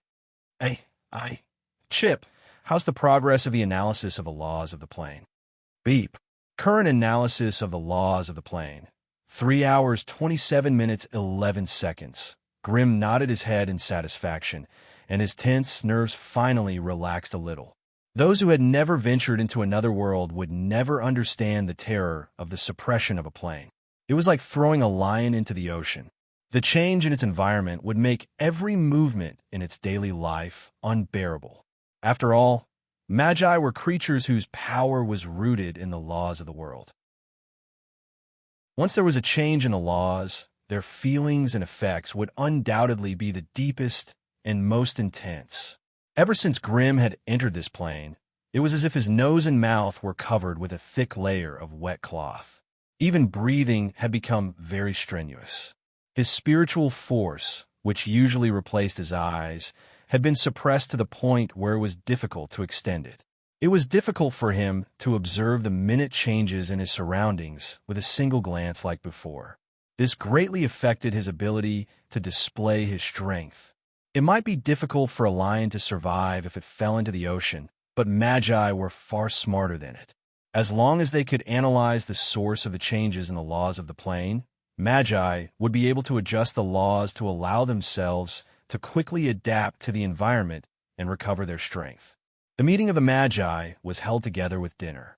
A large bonfire was lit in the center of the camp. 7 Magi sat around it, enjoying the perfectly cooked golden ribs as they listened to Grim and the other 2 report on the situation. Magi had always been a group of people with a clear mind and vast knowledge. Even though Ko-Jin did not give them any specific tasks, Grim and the other 2 had already swept through the forest, mapped out the terrain, and investigated the power system of this plane. It could be said that in just 3 days, there were no longer any large forest beasts or magical creatures within 50 miles of the camp. Grim and the other 2 condensed a ball of smoke and threw it to Co-General after he absorbed it into his body. He waved his hand, and the flat ground in front of him began to undulate like waves. When the dense earth elemental energy dissipated, a complete map of the surroundings of the camp was presented in front of everyone. There were mountain ranges, crisscrossing peaks, dense jungles, flowing streams, deep caves, and deep ravines. They almost didn't need to step out of the camp to understand the surrounding terrain at a glance. The first to speak was Titch. His voice was hoarse and low, with a hint of insect hissing. I didn't find much in the direction I went. After 30 miles of forest, there was a human settlement. I found a small human city there, with a small town and 3 or 4 villages around it. I caught a few aborigines in the small village and interrogated them. This is a place called the Greenland Forest to the east. As for the powerhouses in their plane, they know very little. They only found out that there's an organization called the Demon Hunter Knights that's pretty powerful. Apart from that, there's nothing else. If we really want to understand the power system of this plane, we'll have to enter the human city to find clues. Next was Mary's turn. The direction I went should be leading to the depths of the forest. The deeper I go, the denser the trees, and the more wild beasts and magical creatures there are. Some of them taste pretty good. Mary licked her red lips. Within 200 miles, I found a few large monster gathering points. There's an ogre tribe with more than 20 adults. Over here, there's a group of venomous dragons with 11 of them. Over here, there's a nest of griffins with 5 adults and 3 youngsters. Mary was indeed an agility-based sorcerer. In just 3 days, her scouting range had already expanded to 200 miles. Looking at how familiar she was with it, it seemed like she had personally visited every gathering point of large magical creatures.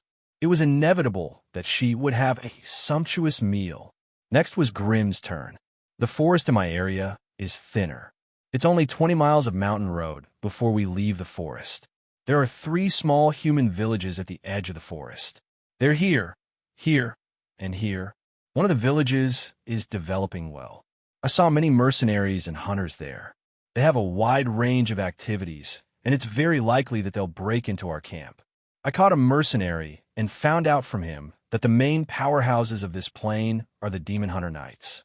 From his description, ordinary Demon Hunter Knights should be at the level of a wizard apprentice, while the Magic Breaker Knights are basically at the level of a Grade 1 wizard. There are Radiant Knights, Dragon Knights, and Holy Knights above the Magic Breaker Knights. This means that we might encounter a group of magic warriors who hate magi to the core.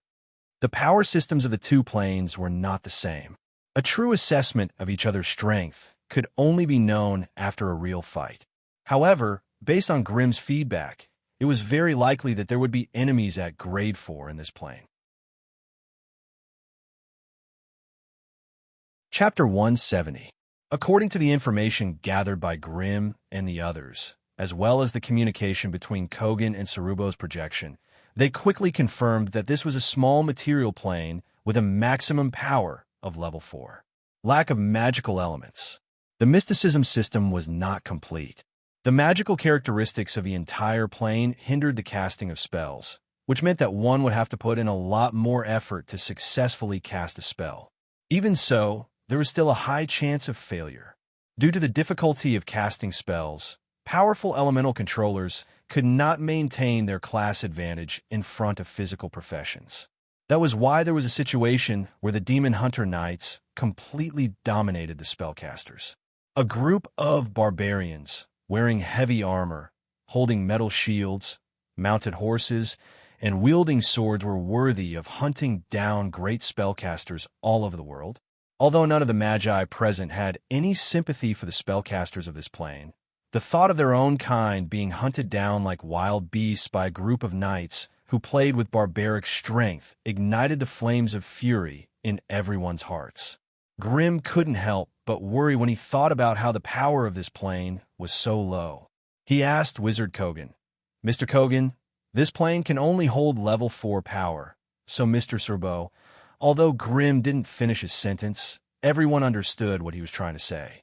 Sarubo was a terrifying level 6 wizard. Could he really squeeze into this plane with his strength? Before Kogan could answer, a low and gentle voice suddenly sounded in everyone's mind. "Of course not. This plane can't hold all of my power." It was the voice of the great Wizard Sarubo. "I don't plan on projecting all of my power here. I only need a small portion. What you need to do now is to guard this place and wait for the other wizards to come. They will build a wizard tower here. Once the wizard tower is built, I will be able to project my full power into the area covered by the wizard tower. When that time comes, if the so-called strong people of this plane dare to come, I can make them stay here forever." Grimm clenched his teeth and asked hesitantly, "Then why don't you let a level 4 wizard try to break in first? I'm sure it would be easier for him to come in than you." "Level 4 wizard? Ha-ha! Little fellow, you underestimate the suppression of the plane's laws on magi. On the one hand, he had to prevent the void vortex from being destroyed by the self-healing ability of the void vortex. On the other hand, he had to suppress the fluctuations of the void vortex from being sensed by the outside world. Finally, he had to contend against the powerful will of the plane. Do you think a Tier 4 sorcerer can do that?"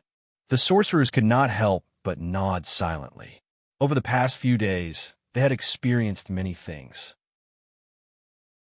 Being in an unfriendly plane world, the discomfort brought about by the plane suppression was driving them crazy. If a rank 4 magus was in Lord Salubo's position, would he still be able to maintain his battle prowess and not fall under such heavy suppression? If they were attacked by the top-ranked experts of this plane, Would a rank 4 magus be able to maintain an advantage in terms of strength? For a moment, everyone was silent, repeatedly chewing on the deeper meaning revealed in the words of the great wizard's projection.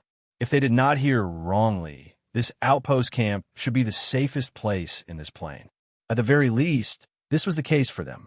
If they encountered an undefeatable enemy outside, they could definitely lure them here and use the power of the great wizard's projection to eliminate the enemy. However, this could only be done after the Magus Tower was built. Before the Magus Tower was built, the power that the great wizard's projection could produce was limited, and it could not be used carelessly. Although everyone wanted to ask what level of power the great wizard's projection could produce, this was definitely the core secret of this invasion. Asking randomly would only attract the suspicion of the Grand Wizard, so everyone could only remain silent. The great sorcerer guided them in and needed a month's buffer period before he could guide the second batch. This had already revealed a lot of information. Thus, while the sharp-witted magi were secretly trying to figure out what was going on, they began to change the topic and talked about some problems related to magic. The following tasks were arranged as per usual.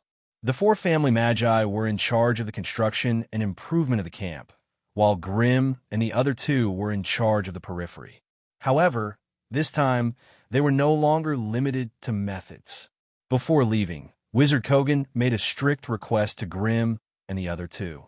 In the early stage, they had to hide and not alert the enemy, especially not draw the enemy's attention to the camp.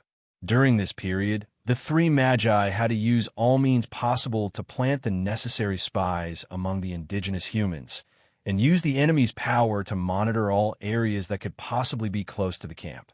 If there was a small group of enemies, the 3 could secretly kill them according to the situation. If the enemy was strong, they would try their best to lure them to other areas. At least, before the enemy had an irresistible grade 2 powerhouse, the 3 of them would not be able to get any support from the camp. The 3 of them had already expected this, so they had nothing to complain about. Thus, after resting for a night in the camp, they once again set out on their journey. Kalka Village, a small village near the Greenland Forest. There were many simple villages like this in the Greenland Forest. It was the kind of super small village where one could see all the houses from one end of the village. The total population was less than 60 people. Since there were many ferocious beasts in the mountains, the majority of the villagers were hunters. Years of hunting had sharpened their skills in dealing with wild beasts, and they were also experts in archery and traps. Mountain villages usually slept early. The sky had just turned dark, but the small village was already a rare sight. In a small wooden house near the edge of the village, 7 or 8 strong men dressed like hunters were talking around the fire pit for warmth. The steam from the wooden cups in their hands covered the worry on their faces. "We can't go on like this. We haven't seen any large beasts for more than half a month. Today, I went to the beast trap on the east side to take a look, but I didn't find anything." A hunter with a scar on his face was the first to speak. "Yeah, it's been too strange recently. It's like all the beasts have hidden away. Same over there. We've already gone more than 30 miles into the forest, but we haven't even found any pheasants or wild rabbits." Yeah, everyone was talking at once, and their words were full of confusion and doubt. "Don't tell me it's some kind of terrifying monster?" a short hunter asked abruptly. Everyone immediately fell silent. For hunters like them, who made a living in the forest, there was nothing more terrifying than encountering a monster. They might be able to deal with the wild beasts in the forest easily, but if they encountered a monster, they might not even have the chance to escape. Most of those monsters are deep in the mountains, and they have their own fixed territories. They wouldn't come out so easily, would they? A young hunter could not help but ask. Splitting up, avoiding disaster, losing in a tribal war, or a stronger monster. These could all cause those scary monsters to change their territory. An experienced old hunter said coldly. Everyone fell silent again. "Why don't we gather tomorrow and explore the depths of the forest together? We can't just wait like this." A hunter tried to test the waters. His proposal was immediately echoed by everyone, and the discussion immediately became heated again. However, just as the discussion was in full swing, there was a sudden knock on the simple wooden door. Everyone was stunned. It couldn't be someone from the village, or else they would have just pushed the door open. Who would knock on the door in such a polite manner in the cold wind? Their small village was located halfway up the mountain. The mountain was steep, and the path was rugged. How could anyone come here after dark? One had to know that to prevent wild beasts from entering the village at night, there were many traps and traps placed outside the village. Who is it? The owner of the wooden house stood up and asked in a deep voice. No one answered, but the knocking on the wooden door did not stop. Just as everyone felt a chill in their hearts, there was a faint rustling sound above their heads. Then, with a plop, some strange things fell from the roof and landed on them. It's a scorpion. Some of the sharp-eyed hunters cried out in surprise, and then they kept beating and shaking, trying to chase away these black scorpions that they had never seen before. However, with a slight stab of pain on their bodies, the hunters suddenly froze, and a numbing feeling that they had never experienced spread quickly through their bodies. The hunters who had their skin pierced by the scorpion's stinger froze on the spot, their tongues trembling and their eyes filled with fear. However, they had lost the ability to move. Under their horrified gazes, strange scorpions with bulging abdomens appeared in the wooden house, crawling along their stiff bodies to their faces. They used their sharp limbs to pry open their mouths, and without hesitation, the strange scorpions burrowed in. Every hunter looked at their closest companion in horror. They could clearly see a bulging lump sliding down their esophagus with difficulty. As for themselves, they felt a heart-wrenching pain in their throats, their esophagus and trachea bursting from the foreign object. The terrifying scorpion was still stubbornly burrowing downwards. They wanted to scream for help, but their throats were blocked. They wanted to use their hands to dig the terrifying scorpion out, but their bodies were so numb that they could not even move their little fingers. Such a frightening scene caused all the hunters to lose their courage. Their eyes rolled back, and they fainted from the pain. Only Hank, who had a sturdy body, managed to hold on and did not faint. Thus, he was fortunate enough to see the figure of the mastermind behind the scenes. Unknowingly, a strange cloaked man had walked into the house and slowly sat down by the fire pit. In the dim firelight, Hank saw 2 balls of green willow, the wisp under the hood, and a horrifying face so ugly that no one dared to look at it directly. Was this a bug or a person? Chapter 171. Blue Hill City. The reason why Blue Hill City was called Blue Hills was that there was a hill covered in blue tulips 3 miles outside the city. When the tulips were in full bloom, it was so beautiful that people would forget to go home, so it was well known throughout the entire Demon Hunter continent. Although it was not the season for tulips to bloom, Blue Hill City was still bustling with traffic. Especially after nightfall, there was an endless stream of wealthy merchants and nobles riding in their luxurious carriages to various music venues. It was even livelier than during the day. Under the pitch-black night sky, Mary stood high in the sky with the bright moon behind her, making her figure even more graceful, delicate, and perfect. At this time, if someone in Blue Hill City looked up to admire the bright moon, they might see a slender and graceful figure of a beautiful girl with an elegant posture. Behind this beautiful woman, a pair of huge bat wings were fluttering in the wind, adding a touch of mystery and evil to her appearance. Mary did not know when it started, but she had fallen in love with the feeling of looking down from high in the sky. The ignorant city was clamoring under her feet, but they did not know that a terrible disaster was about to befall everyone. Looking down from the dark night sky, she felt a sense of unruliness, as if the earth was under her control. This feeling was really perfect, very tempting. The howling wind in the sky billowed her scarlet cloak, and the wide leather-like bat wings flapped slightly. Mary's delicate body was like cast iron, standing proudly in the wind, not moving an inch. Originally, Blue Hill City was supposed to be in Tick's hunting ground, but after Mary had a heart-to-heart talk with him with a smile, Tick took the initiative to request to go to the small mountain villages in the west. So, Mary was in charge of this human city. Intik blocked the human villages in the west, and Grimm sneaked into the depths of the forest to capture more flesh and blood for Co-General. Although she was forced to be separated from Grimm, Mary did not have the slightest worry. Usually, she relied on Grimm's plans, but this did not mean that she was a brainless fool. No one who could become a wizard would be stupid. Riding on the night wind, Mary arrived at this small human city with a population of 20,000. She had already outlined her next steps in her mind. An ambush plan. If she wanted to go into hiding, she needed to hide herself. However, it was difficult for her to keep track of the changes in the outside world. Therefore, she needed a more high-profile and efficient way of hiding. High up in the night sky, Mary looked down at the city and quickly marked out a few needed locations from the dark silhouette of the buildings. What she marked were the areas with the densest crowds and the brightest lights. Mary pursed her lips and let out a shrill whistle. She retracted her wings and quickly dived down toward the city below her like an arrow leaving the bow. When she was only 30 meters away from the ground, Mary flapped her wings and turned into a black shadow, completely blending into the boundless darkness. Tulip Hotel. Even in Blue Hill City, where there were many entertainment venues, the Tulip Hotel was the most prestigious and upscale one. It was already late at night, but the square in front of the Tulip Hotel was still full of beautiful four-wheeled carriages. The corners of the carriages carved from fragrant pear wood were engraved with the insignia of famous families. In the most luxurious room in the hotel, there were 4 men and 3 women on the exquisite bed.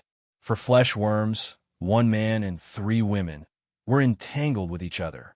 However, just as the bald man was about to say something, the door to the private room suddenly opened, and a tall, graceful, sexy, and fiery beauty in red armor walked in with large strides. Behind the beauty in red armor, a group of strong men who looked like thugs swarmed in. Relying on their numbers, they surrounded the beauty and glared at her, but no one dared to stop her. Among the crowd, a few of the leaders' faces were drenched in blood, and there was a bright red palm print on their cheeks. His good time was abruptly interrupted, so the anger in the bald man's heart could not be any greater. He rolled up the sheet and got off the big bed, completely ignoring the fact that his 3 female companions had completely exposed their bodies. Ear-piercing screams rang out. "All of you shut up. If anyone dares to scream and disturb the guests here, I'll strip her naked and throw her into the sewers." The sewers were the most famous slums in Blue Hill City. If they fell there, their outcome could be imagined. They may not be afraid of being abused by men, but there were more hungry guys there, and rumors of cannibalism happened from time to time. So in the next second, the screams stopped. "Are you the manager here?" Mary, who forced her way into the place, hid all the inhuman abnormalities and looked like a female mercenary with decent strength. However, when she smiled lightly and her azure blue eyes rippled with light, an invisible charm made all the men present fall head over heels for her. Even the anger in the eyes of those fellows who were beaten up by her quickly dissipated, replaced by lustful expressions. "Who are you? How dare you break into my territory?" "Haha, little girl, could it be that you haven't heard of my nickname, Bald Eagle?" Stroking his shiny bald head, the large man laughed coldly in a sinister manner. Although he was also infected by Mary's instinctive charm. After all, he was also a ruthless person, so the degree of charm was much less, so he could barely maintain his sanity. Of course, this was also related to Mary's unintentional charm. All of this was just the passive effect of Mary's own charm ability. "What? You want to communicate with me in front of so many people? The great bald eagle boss needs to put on such a big show just to talk to a weak woman?" The bald man snorted and communicated with a few of his powerful men with his eyes. Soon enough, someone invited his right-hand men, Jack the Quick Sword and Andy the Black Blade. The 2 people who came were a little disheveled, but from their steady footsteps and sharp eyes, it could be seen that they were definitely not the motley crew from before. Boss. After the 2 came, they stood behind the bald man. One gently patted the rapier at his waist with his hand, and the other took out a black dagger and played with it. The two looked at Mary coldly and couldn't help but sneer. With the help of these two powerful subordinates, the bald man's mind finally calmed down. Under his signal, the useless subordinates immediately left the room with their tails between their legs. Even the three girls with pale faces followed them out of the room. When the door was closed, the bald man slowly threw away the blanket and put on the leather armor, arm guards, and hand shields that were piled in the corner of the room. When everything was ready, he crossed his arms in front of his chest and stared at Mary with an arrogant expression. "Say it. Now you can tell me your purpose." Mary's azure blue eyes began to overflow with traces of blood. When she glanced at the three people in front of her, her heart was filled with endless joy. Three prospective sorcerers. These three warriors from another world actually had the strength of a prospective sorcerer. Mary smiled silently. A moment later, the door of the room opened again. Countless thugs with swords in their hands were surprised to find that their boss, who had always been arrogant, was bowing in front of the beauty in red armor. And the two high-ranking thugs shrunk behind the beauty, moved a mahogany chair to help her sit down, and then served tea, as if they were afraid of not serving her well. Mary smiled lightly, sat steadily on the chair, and was using a handkerchief to gently wipe the bloodstain at the corner of her mouth. On the necks of the bald man and the two thugs, a pair of small wounds were quickly healing, and in the blink of an eye, only a slight scar was left. After becoming a vampire sorcerer, Mary also had the ability of the embrace. With this ability, she could create a large number of loyal blood slaves. Unfortunately, every time she created a blood slave, a part of her blood origin would be damaged, so she could only choose those key targets to use it. And this bald man, who controlled the entire dark world of Blue Hill City, was undoubtedly the target that she needed to focus on. As long as she controlled him, Mary's control over Blue Hill City would instantly reach a very high level. With the help of Vulture, a key figure, Mary quickly figured out the power structure of Blue Hill City. The real ruler of Blue Hill City was, of course, Count Winlier, the mayor, and Vulture was just a high-ranking thug hidden in the dark under his command. So late at night the next day, Mary was carefully dressed and secretly sent to the mayor's residence. For this exotic beauty sent by his loyal subordinate, Count Winlier, who was in his 50s, had a small black beard, and looked gentle and elegant, was also shocked. Thus, under the watchful eyes of the crowd, Mary passed through a group of powerful personal guards and was sent to the Earl's bed in a dignified manner. So, on the second night after Mary broke into Blue Hill City, the supreme ruler of Blue Hill City also became her loyal blood slave and servant. In fact, with Mary's current strength, it didn't take much effort to control this small city. However, if she wanted to do this quietly, she would need to spend a little more effort. In order to make her subsequent control more profound and thorough, Mary even took the trouble to embrace several quasi-wizard subordinates recruited by the Count. In this different world, where the mysticism system was fragmented, the vampire, a foreign species, had obviously exceeded the limits of the imagination of the original Plains natives. Using the method of using a point to control surface, it only took Mary 3 days to become the real ruler of Blue Hill City, a king of darkness hidden from everyone's perception, and the intelligence information she obtained through the black and white system began to be continuously transmitted to the wizard camp. Chapter 172. As the closest human city to the Greenland forest, there was also a small team of demon hunters stationed in Blue Hill City. According to the news from Vulture, this team of demon hunters had left the station 7 days ago. After hiring some local mercenaries, they had gone into the Greenland forest and had not returned yet. This also meant that before their Magus team entered this world, the demon hunters had already been active in the Greenland forest. So Mary did not dare to delay. She quickly sent the news back to the wizard camp and informed Grimm, who was hunting monsters in the depths of the forest. When he received the news, Grimm was leading his team of demon puppets to encircle a group of ogres. This ogre tribe had a total of 27 members, including 22 adult ogres and 5 young ogres. The ogres were 3 meters tall, weighed 500 pounds, and had 14 points of strength. All adult male ogres had the strength of a quasi-wizard. Even the slightly weaker female ogres possessed terrifying strength that was not inferior to that of high-ranking acolytes. If such an ogre tribe was left to the natives, it would probably require 300 to 500 fully armed and well-trained warriors to wipe them out. Even if the encirclement was successful, the team would probably have to pay a terrible price of nearly half of its members. However, when this task fell into the hands of a wizard, it would be so easy. If it was just a simple strangulation, Grimm would only need to send out the Lord of the Flame to destroy their nest. But if that happened, his plan to obtain a living sample would be ruined. So Grimm only used a bottle of weakening potion to contaminate the water source of the ogres. Taking advantage of the fact that their strength had been greatly reduced, Grimm summoned 6 terrifying rock pythons and captured them. An adult male ogre had 16 points of vitality and 14 points of power. Coupled with the powerful regeneration ability of flesh and blood, with such abilities, he could actually contend with a slightly weaker quasi-sorcerer in body refinement. Unfortunately, when they were contaminated by the weakening potion that was specially formulated for their race, their vitality and strength both dropped to 10 points.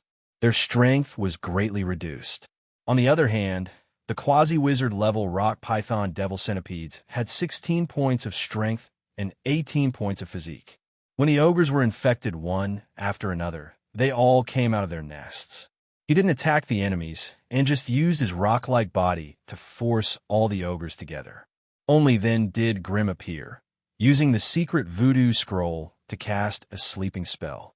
The 27 ogres fell to the ground, the thick wooden sticks and stone clubs in their hands smashing into the ground, creating shallow pits. After instructing the rock python to open its huge mouth and swallow the sleeping ogres one by one, Grimm finally had the time to deal with the information stored in the communication crystal. Demon Hunting Squad entered 7 days ago. This information also attracted Grimm's attention. Calculating the time, the demon hunters had entered the Greenland forest even before the sorcerers arrived. Therefore, it was very likely that their goal was not the sorcerer camp, but another mission. It couldn't be that some native spellcasters were hiding in the Greenland forest and attracted the demon hunters, right? Although this idea was a little absurd, Grimm's guess was probably correct based on the class characteristics of the demon hunter knights. Therefore, while sending the captured ogres back to the camp, Grimm summoned 10 wind breath monsters and quickly scattered into the surrounding forest, looking for the traces of the demon hunters. The wind breath monsters were low-tier monster centipedes that Grimm created using a wind beginner crystal core. They were relatively weak and looked like a whirlwind about a meter tall. Their strength, vitality, and mental strength were all below 5 points, but their combat ability was extremely weak. However, the only good thing about them was their high agility and the ability to fly. In fact, that was not a problem. It would be strange if a small whirlwind formed from green air could not fly. Grimm attached a strand of his mental power to each of the 10 wind breath monsters before releasing them. When they silently flew above the treetops, their green bodies were almost able to blend into the blue sky, and it was not easy to attract the attention of the enemy. That was why they were specially created by Grimm to act as flying sentinels. 10 wind breath monsters meant 10 different mental perspectives, and at the same time, the information they sent back was also massive. With Grimm's mental strength alone, he might only be able to vaguely track them using his vision. However, with the help of the AI chip, Grimm did not waste his mental strength on directing the wind breath monster's flight path. Instead, he handed everything over to the AI chip. The AI chip commanded the wind breath monster to search and investigate the area above the forest, using the most optimal flight path to search the largest area. All Grimm had to do was find a safe place to rest and wait for the AI chip to bring him good news. As night fell, the AI chip brought him good news. The team of demon hunters had been found. In a call 80 miles away from the Magus camp, for bonfires were lit. Even though there were many dangerous monsters in the forest that were not afraid of fire and would even be attracted by light, the knights who had trudged for tens of miles needed these. The mercenaries quickly set up their tents and sat around the bonfires, preparing a sumptuous dinner for themselves.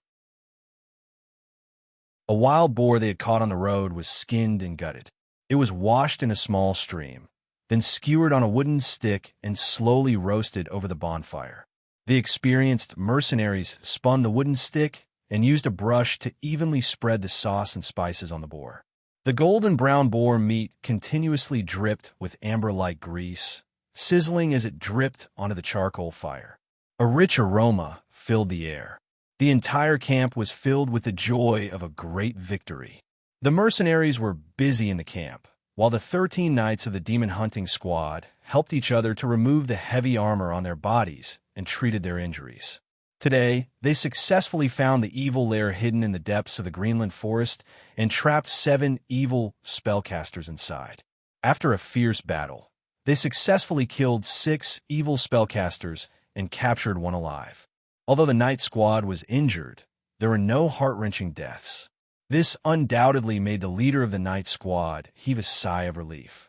As for the 4 auxiliary mercenaries who died in the battle, they were never included in the list of casualties by the leader of the knight squad.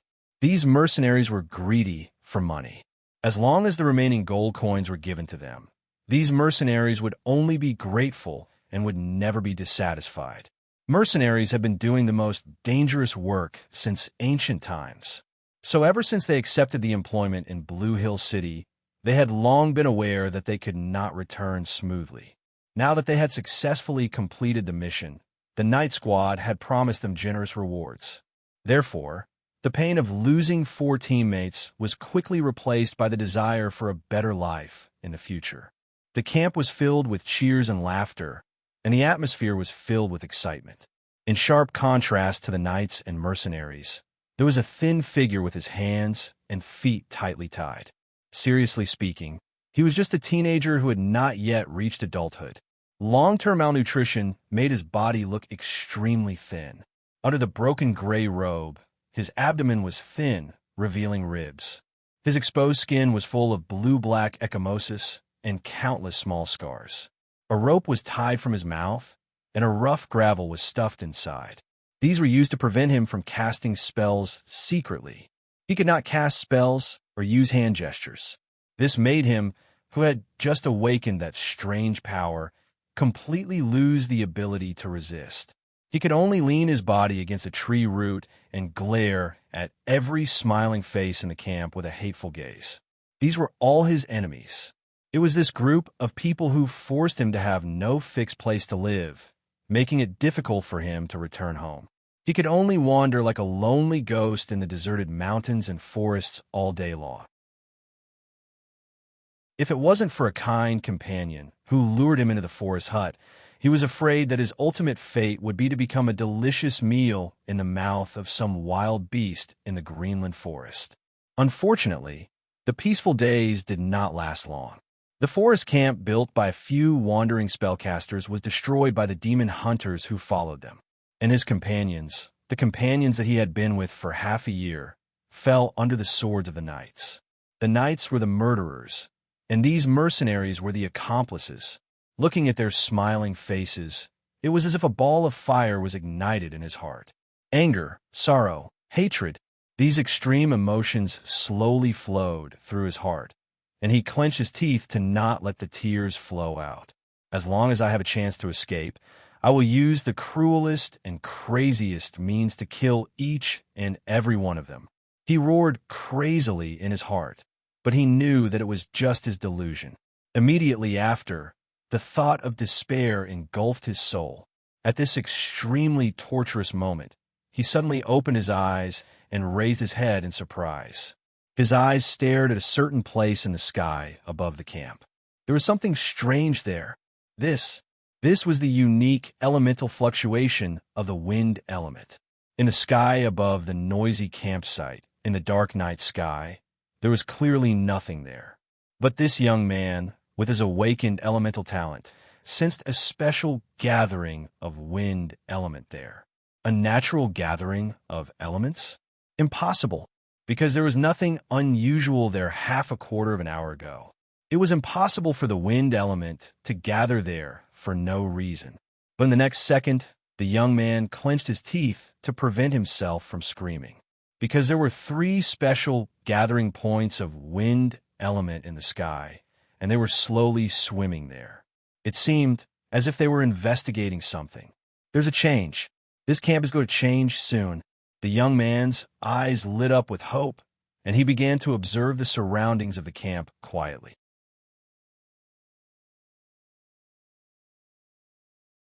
Chapter 173. There was movement underground too. Perhaps it was because he was the only one with the talent of spellcasters, so he was also the only one who could sense the fluctuations of the elements. In this world, where the mysticism system was so fragmented, he was still able to successfully awaken his elemental talent and become a spellcaster. This was enough to prove that his soul talent was very, very compatible with the laws of certain dimensions. If he was in the sorcerer world, he would definitely be a powerful warlock who could automatically master witchcraft without learning.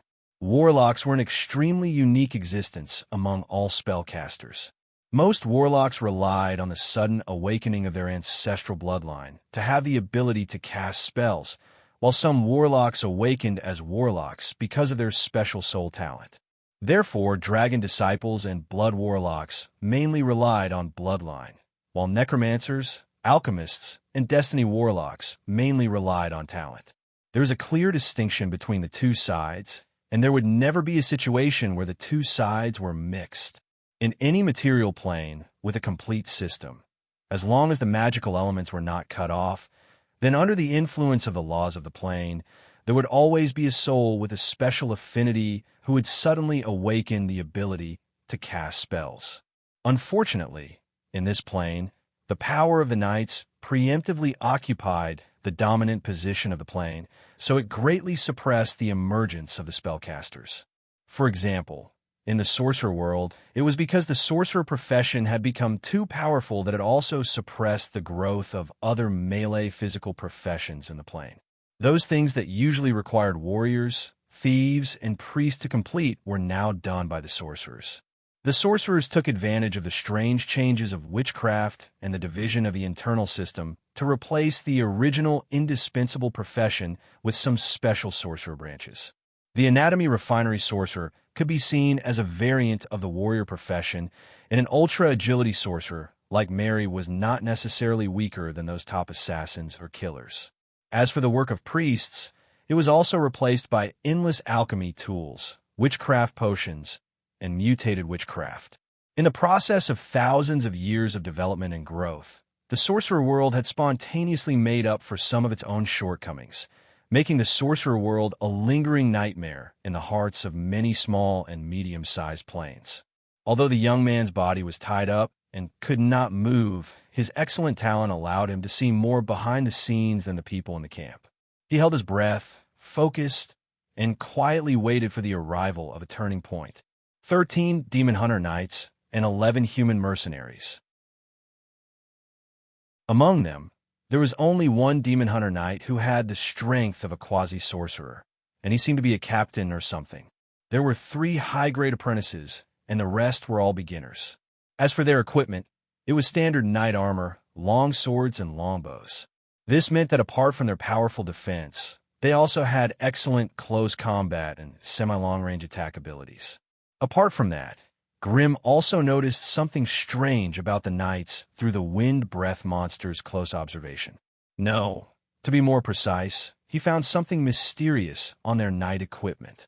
Their shields, long swords, and longbows were engraved with complicated and mysterious patterns. They were also inlaid with glittering and translucent gems or crystals. If an ordinary person saw them, they would probably think that they were decorative patterns on weapons and equipment, but Grimm could sense traces of mana from them. Elementary runes. Using these magic patterns as the simplest runes and magic gems, or elemental crystals as the energy source, these knights had the ability to use elemental power in disguise. Grimm hid in the dark and silently observed the camp, and he could not help but feel amused. A group of fake elemental power users actually eliminated the real spellcasters. This made him, who came from another plane, sigh at the strange and twisted development of the plane. Sure enough, after experiencing so many planes of existence, all sorts of strange situations could appear. The sorcerer world was definitely a high magic plane dominated by human sorcerers, but it was not necessarily the case in other planes.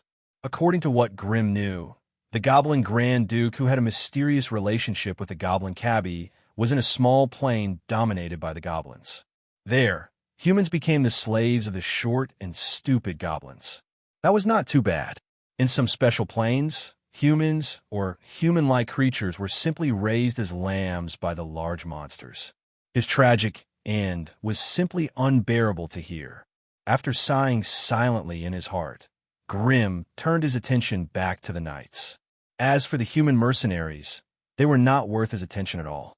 A group of people wearing simple and crude leather armor, who dared to pretend to be swordsmen with a random broken sword, who dared to call themselves marksmen with a random hunting bow, who dared to claim to be a powerful warrior with a broken wooden shield. These people had neither the ability nor the talent. Other than having a bit of strength, they were practically useless. Therefore, Grimm simply glanced at their equipment and ignored them. After carefully observing for half an hour and gathering enough information, the magic puppets were in position. Grimm hid in the dense forest and silently gave the order to attack. The one in charge of this attack was obviously the AI chip, who was especially good at allocating resources. The main force of the attack was the pitiful lightning giant who had fallen to the second line. Originally, using the Flame Lord to attack was the most effective. However, considering the situation of capturing the captives and the powerful spells of the Flame Lord, Grimm was worried that these small fries would not be able to withstand it. Hence, the lightning giant who had been pushed to the second line was once again the main force of the battle. The appearance of the lightning giant was always so eye-catching, and it even had its own sound effects. As it appeared in the sky above the camp, a series of rumbling thunder and dazzling lightning flashed, instantly lighting up the night sky. Some of the human mercenaries who were intoxicated by the delicious food stopped eating and looked around in confusion, muttering to themselves, "What a joke! It was supposed to be a sunny day. Why is there thunder all of a sudden?" Some of the more vigilant mercenaries looked up, and when they saw the terrifying figure that was wrapped in lightning, their expressions immediately changed.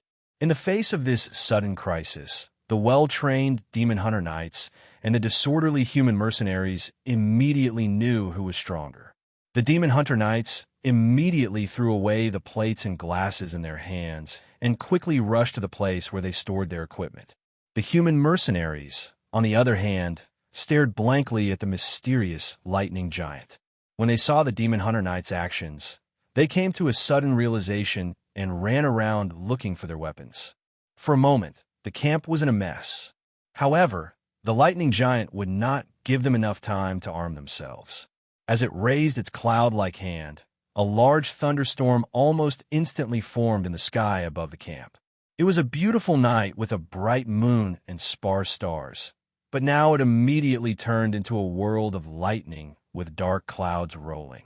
Forked lightning constantly fell from the dark clouds, covering the entire camp. This was a low magic plane that was lacking in magic, otherwise the power and range of the thunderstorm would be several times greater. Even so, a weakened version of the thunderstorm had already caused terrible damage to the panicking people below. Every forked lightning bolt that struck down would deviate as it approached the ground, attracted by the swords or armor on their bodies. Strong high-voltage currents spread and twisted wantonly on their bodies. Usually, a bolt of lightning would flow through 3 or 4 people's bodies before its energy was exhausted. Every time a bolt of lightning fell, there would be 2 or 3 painful figures in the camp. Under Grimm's request, the lightning giant had reduced the lethality of the lightning as much as possible, mainly focusing on paralysis and area control. The power of the thunderstorm was not that great, at most a little more than 20 degrees, but it had instantly taken down most of the human mercenaries. The Demon Hunter Knights, on the other hand, were indeed a special class that often dealt with evil spellcasters. Faced with the overwhelming magic attacks, they did not run around in panic. Instead, they crouched on the ground, raised their small shields, and activated the special rune arrays inside. Then, a series of small energy shields shielded them from the lightning bolts that kept falling down. Some of the Demon Hunter Knights, who had the cover of their companions, even picked up their metal longbows and shot magic arrows with elemental aura, fighting against the lightning giant. Enchanted longbows? No, it was just an unusually crude type of crystal inlay, compared to the mature and perfect enchanted weapons in the sorcerer world. The efficiency of the crystal energy was so low that it made people's hair stand on end.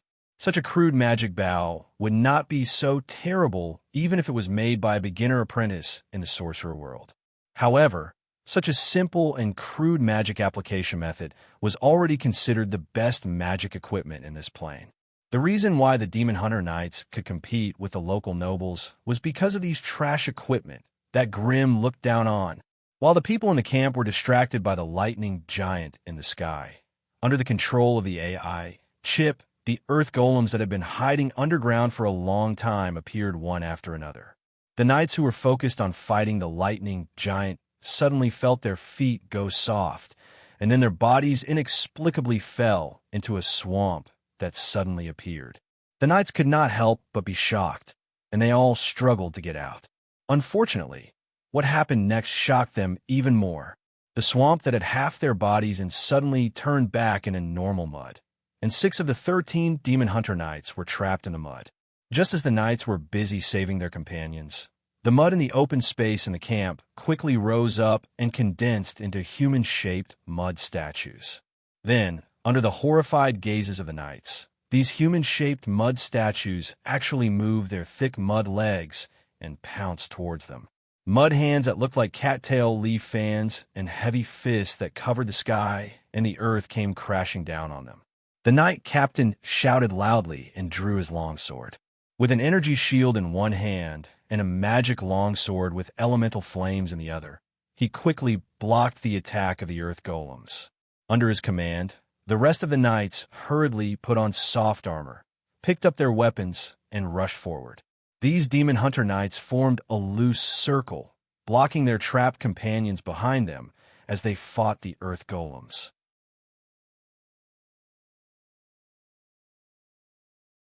Chapter 174.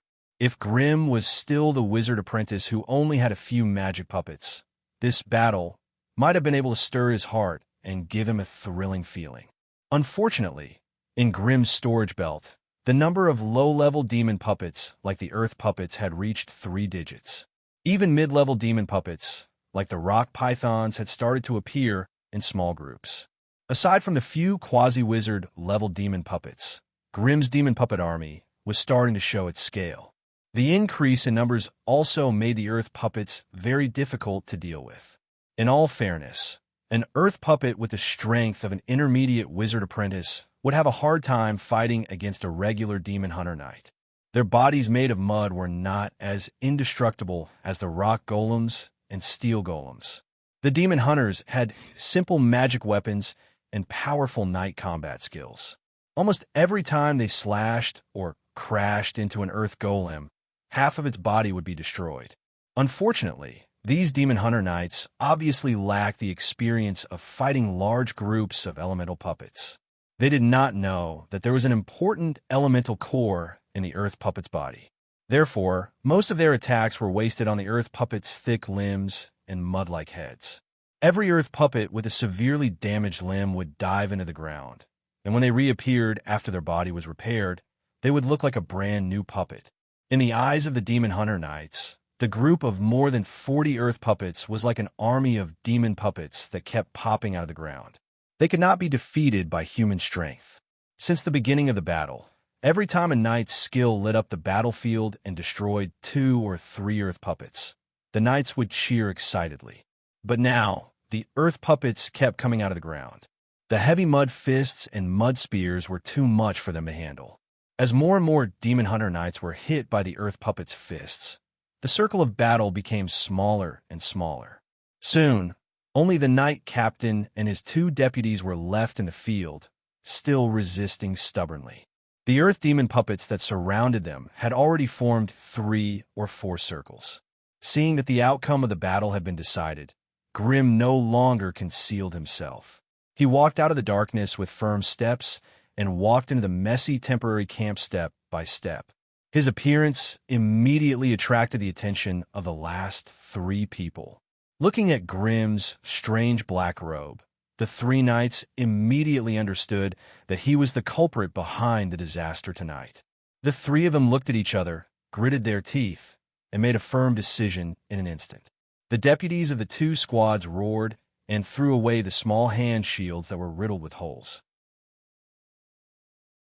In the blink of an eye, they pushed their flaming swords to their maximum power and pounced towards Grim as if they were cutting melons and vegetables.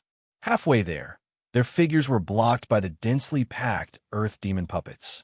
The 2 knight deputies roared once again. Their faces were flushed with anger. Before the strength in their bodies disappeared, 2 thick flame blades flew out of their hands and smashed the earth demon centipedes in front of them, causing them to lose their balance. Taking advantage of this opportunity, the knight captain's body glowed with a white light.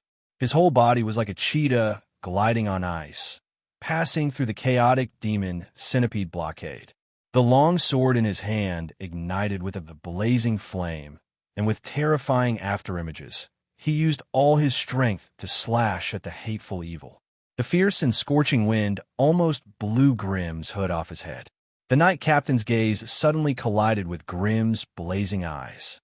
No matter how tyrannical and domineering he looked at the moment, no matter how his blazing sword was only a blink of an eye away from the evil being's forehead, there was not the slightest hint of hesitation or fear in the other party's blazing eyes.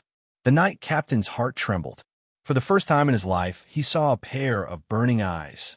This was not a metaphor, nor was it an illusion. It was a pair of real flaming eyes that spat out terrifying flames. At this moment, the tip of his flaming sword was less than a meter away from the head of the evil. With such a distance, with the terrifying speed of his barbaric charge, he wouldn't even need to bend his fingers to cross this distance. Just when a knight captain tightened his muscles and was about to chop the pair of flaming eyes with the fiercest and most brutal attack, under his feet, in front of the evil, the ground cracked, mud splashed, and a huge monster rushed out. The knight captain's flaming sword chopped right in the middle of the monster's forehead. Rocks shattered, mud and sand fell. The flaming sword chopped layer after layer of rocks, and finally got stuck in the thick and dense rocks. A Quasimagus-level rock python broke out of the ground, carrying the flaming sword and the knight captain, and rushed up to the sky for nearly 10 meters. The ring-shaped body of the rock serpent stood straight up, its dark eye sockets and mouth spewing out tons of dirt and gravel, sending the knight captain tumbling uncontrollably. But even so, he didn't let go of the sword that was stuck in the head of the rock python. After the 2 knights' assistants launched their final attacks, their bodies collapsed due to exhaustion. A few earth puppets rushed up and quickly controlled them. At this moment, the only one who could still move was the knight captain, who was hanging on the head of the rock python. Seeing that the knight still wanted to resist, Grim impatiently snapped his fingers, and a terrifying bolt of lightning fell from the sky and struck the knight captain. In the next second, he turned over and fell down like a rotten piece of wood, smashing a shallow pit on the ground. After the last resistance was dealt with, the whole camp finally quieted down. The earth puppets began to clean up the temporary camp in an orderly manner. The mud and debris from the battle were pushed out, the cracked ground was flattened, the bonfire was lit again, and a new skinned wild boar was put on the bonfire. The young man who was tied to a tree shivered, and in a trance he felt that time had gone back to the beginning. The environment in front of him was the same as before. The only difference was that there was only a mysterious black-robed man left in this camp. Of course, if he was included as a captive, there should be 2 of them. Do you know how to barbecue? The black-robed man suddenly turned to look at the young man. The sudden question left the young man at a loss. He first nodded, then shook his head, and for a moment, he didn't even know what to say. "You better know. Otherwise, I'll eat you like food." The black-robed man raised his hand and shot out a line of fire, instantly burning the tough cowhide rope that bound the young man to ashes. "Come and help me barbecue." The young man moved his numb hands and feet, gently stroking the ashes on his skin. The black ashes dispersed, revealing the intact skin underneath. The corner of the young man's mouth twitched. One must know that those ropes were all tied to his body and had cut deep into his flesh. However, that mysterious spellcaster was actually able to burn the rope with flames without harming his flesh and skin in the slightest. This frightening elemental control was simply worthy of worship. In his heart, this mysterious black-robed man who suddenly appeared was like a great god sent by the heavens to save him. Otherwise, how could a human have such fine control over elemental flames? With devout faith, the young man dug out the gravel in his mouth and ran to the pile of junk left behind by the mercenaries. He took out a water bag and gulped down the water until he was full. After that, he washed his face and washed his hands before going to the bonfire to roast his prey. Grim sat by the campfire and didn't pay attention to the young man. He continued to communicate with the AI chip in his mind. Beep. Battle report. A total of 23 natives were captured. 13 demon hunters, 10 human mercenaries, and 1 escaped. The demon puppet team dispatched 37 earth demon puppets and 1 quasimagus rock python. Casualties: 0. Preliminary battle strength. Demon hunters have the strength of acolytes. Individual strength is a combination of primitive magic weapons and night battle techniques, suitable for large-scale battles. Grim was slightly stunned. Why did someone escape? Where's that guy? Just as Grim had this thought, the AI chip switched the view of a wind breath monster in the distance. In a pitch-black forest, a slender and nimble mercenary was madly running without turning back. No matter how the overgrown branches whipped his body until it was covered in bloody scars, he was unwilling to slow down his pace for even a moment. It had to be said that Grim had cleaned up the forest too thoroughly recently. Almost all the wild beasts in the forest had disappeared. Otherwise, with his reckless charging, he would sooner or later become a delicacy in the stomachs of the wild beasts in the forest. Beep. This mercenary took advantage of the chaos and ran out of the camp. Does the host want to send a lightning giant to capture or kill him? Grim's eyes flickered, and he coldly said, looking at the direction he ran in, he should be heading towards the human town in the west. The demonic worms have formed a huge net there. I hope he's lucky enough to break through. Don't worry about him. Since he's courting death, let him have a taste of the demonic worms. Right? I feel that the strength of these knights is very average. They're just ordinary people who have undergone special training. Why do you think their strength is on the same level as acolytes? Beep.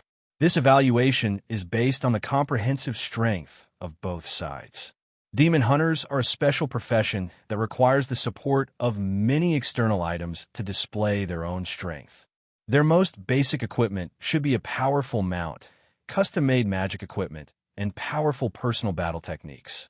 If these are taken into account, a fully equipped demon hunter should not be inferior to an acolyte of the same strength.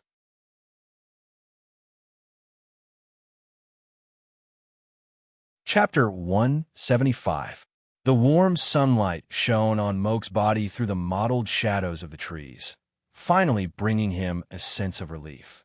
The birds in the nearby forest were startled and flew quickly above the treetops, breaking the tranquility of the forest. After an entire night of running, in the dark forest where he couldn't see anything, in the primitive forest where vines and shrubs grew everywhere, even though his forehead was bruised and the corner of his mouth swollen, he still managed to escape from the nightmare forest. Although there weren't any creatures chasing after him, Moke still kept looking back, as if there was an invisible demon following behind him. His eyes suddenly lit up, and the continuous forest came to an abrupt end. Below the gentle slope was a lush green grassland. In the distance, he could see the sharp corners of the wooden houses in the village and the rising smoke from the chimneys. Seeing this scene, Moke's heart finally returned to his stomach. Stumbling out of the forest, Moke went straight to the small mountain village without looking back.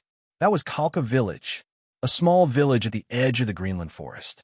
Although there weren't many resources, it was still enough to supply some meat and clean water. Therefore, many mercenaries and adventurers who made a living in the Greenland forest liked to stay there for the night. The village was dead silent. Logically speaking, this should be the busiest time for the hunters in the village. They had to enter the forest in groups to check if there were any rewards in the traps. The elderly in the village would gather and chat at the entrance of the village, while the women would start to dry the animal fur that had just been tanned. Moke looked suspiciously at the empty village in front of him. He couldn't even see the few brats that were always running around in the empty space of the village, causing a ruckus. The people in the village weren't here? No, there were people in the village. After all, Moke was a mercenary. Although he wasn't very good at killing, he had mastered the ability to see through small clues. He could vaguely see the reflection of eyes behind the tightly shut doors of each wooden house, and he could also hear the sound of heavy breathing. Hank, Thor, Daka, are you all here? It's me, Moke. Why are you all hiding? Don't you recognize me? Moke from the Black Bear mercenary team. Hearing Moke's repeated shouts, the gate of a wooden house in the village creaked open, and the familiar figure of the hunter Hank appeared at the door. For some reason, he didn't come out to welcome Moke like he usually did. Instead, he silently stood in the shadows of the door and slowly made way for Moke. The frightened Moke had been running around in the forest for an entire night. He was already exhausted and couldn't wait to enter the house. Hank, whatever you have here, bring me some food and drinks first. I need to take a break, and I need to rush back to Blue Hill City. Let me tell you, you must warn the villagers not to enter the mountain during this period of time. That place. Once he entered the house, Moke squinted his eyes to adjust to the darkness in the house. He immediately discovered that the dozen or so hunters in the village were all here. They stood quietly in the room, their faces hidden in the shadows, making it difficult to see their expressions. Are you having a meeting? Why don't you light a lamp? Before Moke could finish his words, it suddenly darkened behind him. That Hank actually closed the gate again. Thus, the inside of the wooden house became even darker and more sinister. Moke suddenly shivered. For the first time, he felt the strangeness of the scene in front of him. His body had taken a step back when he was hugged tightly from behind. Then, two people rushed up, and their iron pants-like hands grabbed his arms and shoulders. What are you doing? It's mine. It's me, Moke. Moke struggled with all his might. His right hand wanted to touch the dagger behind his waist, but he couldn't move as he was held by the three people from behind and both sides. The hunters in the mountain were strong to begin with, and it was 3 against 1. This time, Moke really couldn't resist. Just as Moke was cursing, a stooped figure suddenly appeared in front of him. White hair and beard, an old face full of wrinkles. It was the old village chief of Cocker Village, Old Man Nohan. But before Moke could say Nohan's name, this kind-looking old man suddenly opened his mouth and opened it wider and wider. As his mouth was opened too wide, even the corner of this old man Nohan's mouth was torn all the way to the bottom of his ears. But what he opened was not a mouth, but it was a sinister 4-petaled mouth. The edges of the lips were filled with crisscrossing, fine, sharp teeth, making one's hair stand on end. And in the middle of the 4-petaled mouth, in the blood-red tube, an extremely ugly and strange scorpion suddenly drilled out. Old Man Nohan moved closer step by step, and actually used his lips to pry open Moke's mouth and spat that terrifying scorpion into his mouth. Moke's heart was filled with fear, and he struggled with all his might, letting out mournful cries. But all of this was useless. That terrifying scorpion drilled into his throat. A moment later, when the 3 of them loosened their arms, Moke no longer struggled. All the pained expression on his face disappeared, and he became numb and stiff. He lowered his arms, and a trace of dark red appeared in the depths of his eyes. Like the other hunters, he silently stood in the darkness, waiting for his master's orders. At this moment, an almost transparent wind breath monster floated above the wooden house, silently waiting for something. Grim, you've crossed the line. A hoarse and noisy spiritual force, similar to the hissing of insects, suddenly sounded in the wind breath monster's mind. This isn't crossing the line, it's tracking. Grim's lazy voice was transmitted through this temporary spiritual channel. As you can see, I'm tracking my prey. Should I complain to Corgan about you for intercepting my prey? If you want to report me, go ahead. Corgan's orders were to seal off this part of the forest and not let any unauthorized people in or out. I'm only carrying out orders. As for you, a powerful fire elemental magus, you actually let a human mercenary barge into your territory. Shouldn't you go and explain your incompetence to Corgan? No need, no need. Since this prey has been intercepted by you, then forget it. I'll leave now. After Grim finished speaking, the wind breath monster slowly rose into the air, looking as if it was about to leave. Intik, who was hiding in the dark, suddenly became alert. Ever since he had met Grim, he had never been easy to talk to. This time, he immediately felt that something was wrong by showing weakness and retreating so quickly. Just as Intik was feeling suspicious, the wind breath monster that had risen into the air suddenly transmitted a spiritual force. All right, Intik, every time you create a bugman, don't you check the body of the other party? After saying this, the wind breath monster rushed into the forest without looking back. At this moment, Moke's body inside the wooden hut suddenly began to heat up rapidly, and his entire body actually turned into a human bomb. When the blood in his body boiled and expanded to the limit, he exploded with a bang. Since the bugmen in the hut were densely packed with hunters, Moke's explosion also affected the other 7 bugmen. These 7 bugmen were riddled with holes from the flying bone fragments and terrifyingly hot blood, and then they painfully melted. Each bugman's body contained a heart-devouring bug that Intik had nurtured. With 8 heart-devouring bugs destroyed in an instant, one could imagine the mental pain Intik was in. In the next second, Intik's flustered and exasperated curses rose into the sky. It was a pity that the wind breath monster had long since escaped. When Grim returned to the Magus camp with a string of captives, the young man followed beside him. The young man's name was Edwin, and his hometown was a faraway place called Cleety. That place was rich in grapes and wine, and it was also a famous area with beautiful scenery. Unfortunately, after he awakened his strange talent, he was forced to leave his hometown and live a miserable life, wandering from place to place and hiding. Unfortunately, even though he hid in the depths of the Greenland forest, he was still blocked in the cave by the crazed demon hunter knights. Out of the 7 companions that he had been with for half a year, 6 had died, and he was the only one who survived. It was only because the demon hunter knights wanted to capture him and bring him back to the city to be publicly executed that he was spared for the time being. However, his life had undergone an earth-shattering change last night, causing him to embark on a completely different path. It had only been 2 to 3 days, and the camp had undergone a huge change. A 3-story stone tower had been erected, and a dozen mechanical beasts were floating outside the stone tower, carefully etching special rune circuits on the tower's walls. Although this could not be considered a real Magus tower, it had been continuously strengthened by the strengthening rune, anti-magic rune, and anti-prophecy rune. It was enough to temporarily serve as a Magus residence. If he wanted to create more and more intricate magic items and witchcraft potions, he would not be able to do so without the alchemy laboratory and alchemy table. Therefore, building a witchcraft tower had become his top priority. After returning this time, Grim found that the number of Magus beasts outside the camp had doubled. Grim also found traces of the spoils of war that he had sent back in the past on the bodies of a few powerful Magus beasts. For example, the bloodthirsty ogres, the berserk apes, and the poison-eyed giants. These powerful Magus beasts were refined too crudely, and their life systems were not stable at all. One look, and one could tell that they were defective products that had been made at the last minute.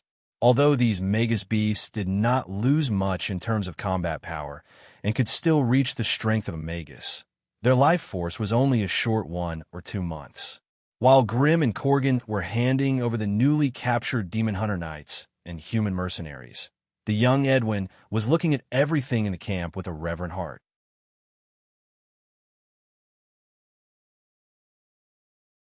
Chapter 176. Blue Hill City, Tulip Hotel. A man with a pale face and sinister eyebrows strode quickly through the noisy front hall, through the private room filled with maids, through a hidden path, and through a side hall guarded by a few burly men. Only then did he turn into a remote place in the hotel's backyard. The guards here were all young and handsome men with extraordinary strength. Among them, there was no lack of experts that the city lord had recruited from the nearby big cities. Although they were good at different skills, there were some obvious similarities in their appearance. The men were handsome, the women were delicate, and all of them had a pale face, vaguely like the old nobles who had not seen the sun for a long time. These young men and women gathered in 2s and 3s in the side hall, corridor, and sofa, talking enthusiastically. Strange words like blood food and embrace were always in their conversation. Jack the Quicksword was not surprised by the scene in front of him. He hurried past them and quickly walked to the innermost secret room. To be honest, the group of men and women outside seemed to be flirting with each other, but their distribution and position firmly guarded the secret room. Any outsiders who did not belong to this group would probably be cruelly torn to pieces once they entered. The few young men guarding the door carefully looked at Jack and silently pushed the wooden door behind them. There was almost no extra furniture in the secret room, only a luxurious bed. 2 almost naked seductive women were close to Mary on both sides, serving her attentively.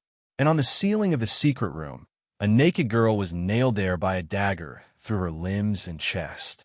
Drops of bright red blood flowed from the wound, dripping down along the dagger. Bright red flowers of blood slowly bloomed on the bodies of the 3 people on the big bed, dyeing them into bloody people. But not only did the 3 of them not care, the 2 seductive women even used the tip of their tongues to catch the dripping blood from time to time and let out ecstatic moans of lust, looking like they were intoxicated. Jack did not dare to look at the extravagant and evil scene in the secret chamber. He bent down slightly and whispered quickly, "Master, the Demon Hunter Knights that you wanted us to pay attention to are making a move. Today, hundreds of people suddenly poured into Blue Hill City. Although they have all covered up, I have sent people to probe them. They are all Demon Hunter Knights who came from other places.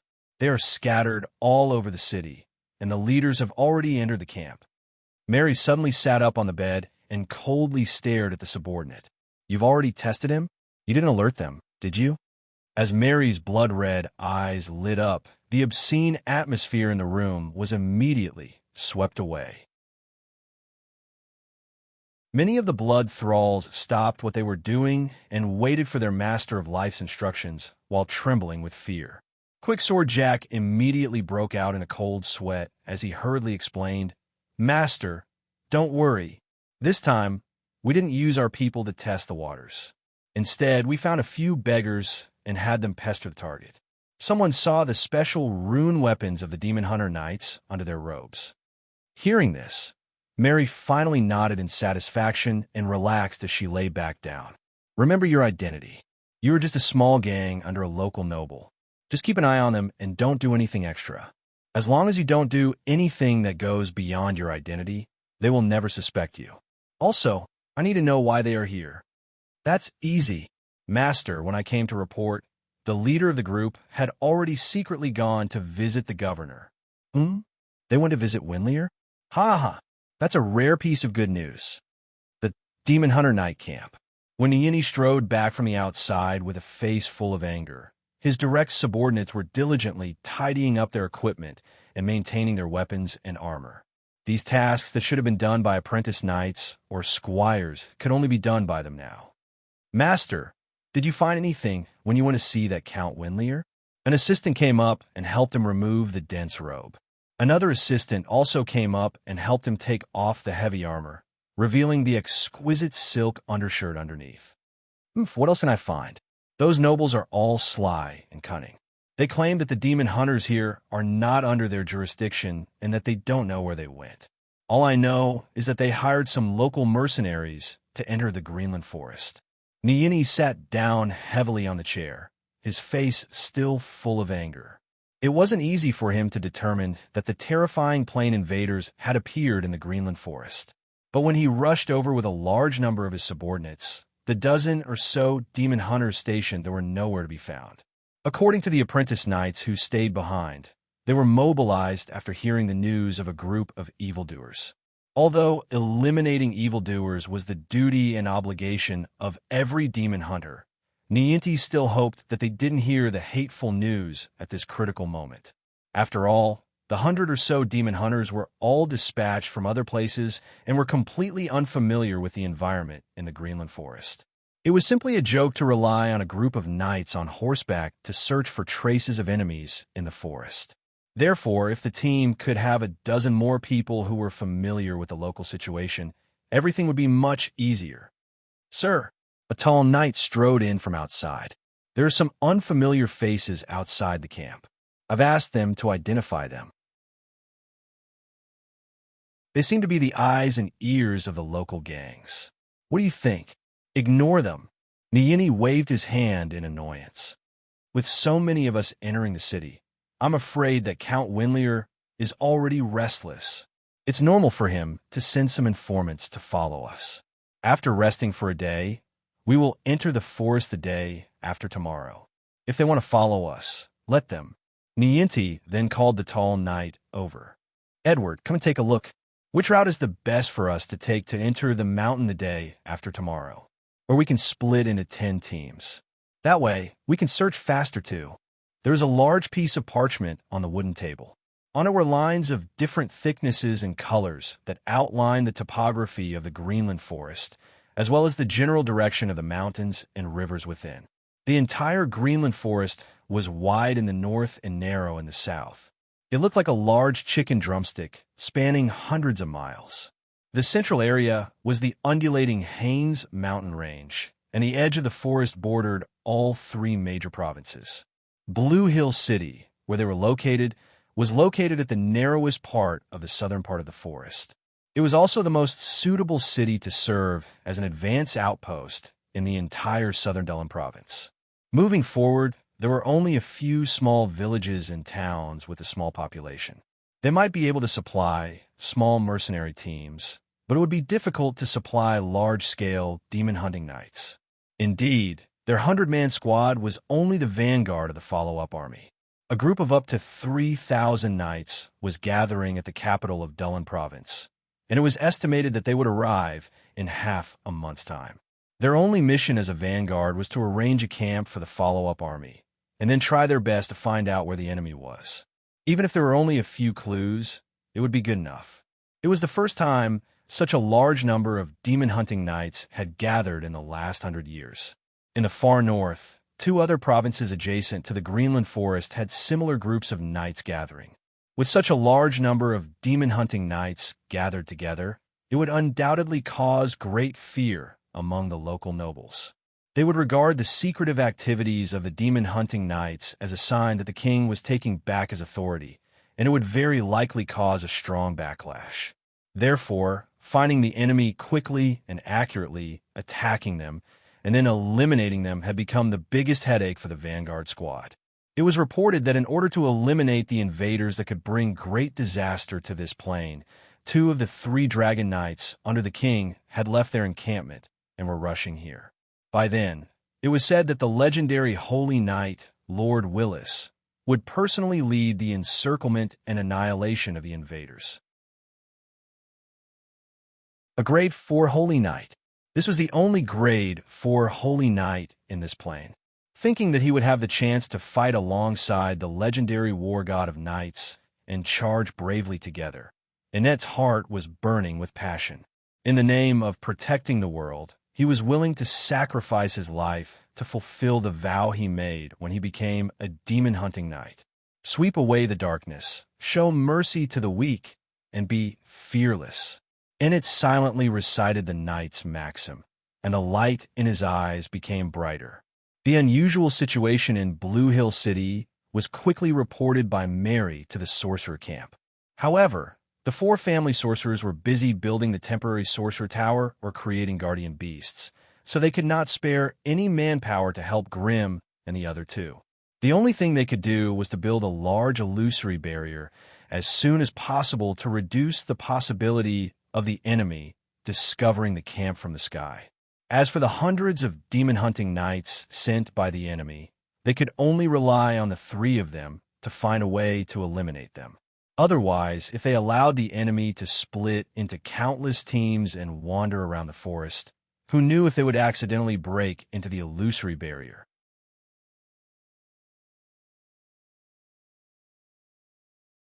Chapter 177. The rendezvous point was set in a calm near the edge of the forest. The bonfire in front of him flickered. Grimm, dressed in a black robe, sat there calmly, using a long branch to poke at the crackling coals. This temporary rendezvous point seemed empty. Apart from the forest swaying in the breeze, there was no sign of the demon centipede army that Grimm always brought with him. He didn't have to wait long. A strange noise came from the west side of the forest, and another black-robed figure came out of the forest with a group of strange-looking subordinates. It was Entik and his army of insectoids. It seemed that even though Entik had come as promised, he didn't trust his two companions at all. For the sake of his own safety, he even brought along the insectoid army that he had just formed. Entik stopped as soon as he stepped out of the forest. He and Grimm weren't close enough to sit around a bonfire and drink merrily. Besides, he wasn't a fool. Wasn't the seemingly messy pile of rocks beside Grimm's subordinate, the rock python, in disguise? There were two earth demon centipedes hiding under the bonfire, so it wasn't strange for one to jump out of the bonfire. There were also those almost transparent wind, elemental centipedes floating above the surrounding treetops. If Entik really got close to Grimm, it would be the same as putting his neck in the mouth of a tiger. Whether or not he would bite would depend entirely on the tiger's mood. Entik definitely wouldn't do such a stupid thing. After Entik arrived, he kept sizing up Grimm's demon centipede army, which was hidden everywhere. Grimm, on the other hand, was also observing Entik's army of insectoids. From the looks of it, these fellows following behind Entik still managed to maintain their human forms. However, their movements were a little stiff when they walked. Even with Grimm's sharp eyesight, he didn't see any signs of the insectoids' strength skyrocketing. This meant that Entik didn't intend to rely on them for close combat. If their individual strength didn't increase, then they must have some special purpose. Were they used as hosts for a large number of scorpions, or did they have some special ability to transform? For a moment, Grimm couldn't figure out the purpose of Infect's insectoid army. Ever since he became a wizard, Grimm's biggest feeling was that the shackles of morality and rules that bound him had suddenly disappeared. The comprehension of a law of fire allowed him to sense the existence of the plane's consciousness, and it also indirectly experienced the power and strangeness of the Magi. Any sorcerer who became a sorcerer would have a terrifying method that could directly reach the level of the laws. Even if it was just a low-ranked acolyte spell, when cast by a magus, it would have the power to touch souls and laws. This also meant that in a battle between magi, if one wasn't careful, they could get into big trouble. When demonic worm Entik was still an acolyte, he only had the ability to transform into a swarm and share damage. As long as there was a specific way to deal with these abilities, it would be very easy for him to be completely defeated. But now that Endik had also become a magus, his methods had become more and more secretive and sinister after a period of time of improvement and improvement. Without full confidence, Grimm was not willing to fall out with such an unfathomable person. Just as the two were sizing each other up from 100 meters away, Bloody Mary arrived. She wasn't the only one. The sound of flapping wings could be heard continuously. 7 vampire bats rushed out from the dense forest to the east, landing on the field and taking human forms. The one leading them was, of course, Mary, who had not been seen for a few days. Following behind her was the newly formed army of blood thralls. These little fellows had obviously just completed their transformation into vampires and had not had the chance to experience the power of the magus profession. Hence, the moment they landed, they bared their fangs and threatened everyone present, acting as if they were loyal protectors of their master. Grimm and Intich didn't care about these little fellows' provocations. Instead, they focused their attention on the individual strength they revealed. Of the 7 blood thralls, 3 were quasi-magi, and 4 were high-ranked acolytes. This kind of strength might not be comparable to the other 2's army subordinates, but considering that this was only an army of blood thralls that Mary had gathered in a few days' time, if the time factor was taken into account, Intich had no choice but to recalculate Mary's strength. 3 magi. 3 magi who had advanced on almost the same day. Now that they had reunited in this different world, although their vigilant eyes were still filled with distrust, deep in their hearts, they all saw each other as opponents who could be mentioned in the same breath as themselves. At least in Intich's heart, Mary had always been a vase. If it wasn't for that Grimm interfering, he had absolute confidence that he could completely dominate Mary. But now, it seemed that if Mary was given a chance, she would probably be a terrifying person who was not inferior to Grimm. Seeing Mary's smug expression, Grimm could only smile wryly in his heart. This Mary was still too headstrong. Even though they were inseparable strategic allies and battle partners who would depend on each other for life and death, when he showed too much strength in their relationship, it triggered Mary's fragile and sensitive heart. Mary's display of strength could be seen as a deterrent to Intich, but it could also be seen as a show of pride. Intich might have only seen the strength of Mary's subordinates, but Grimm had studied Mary's body in depth.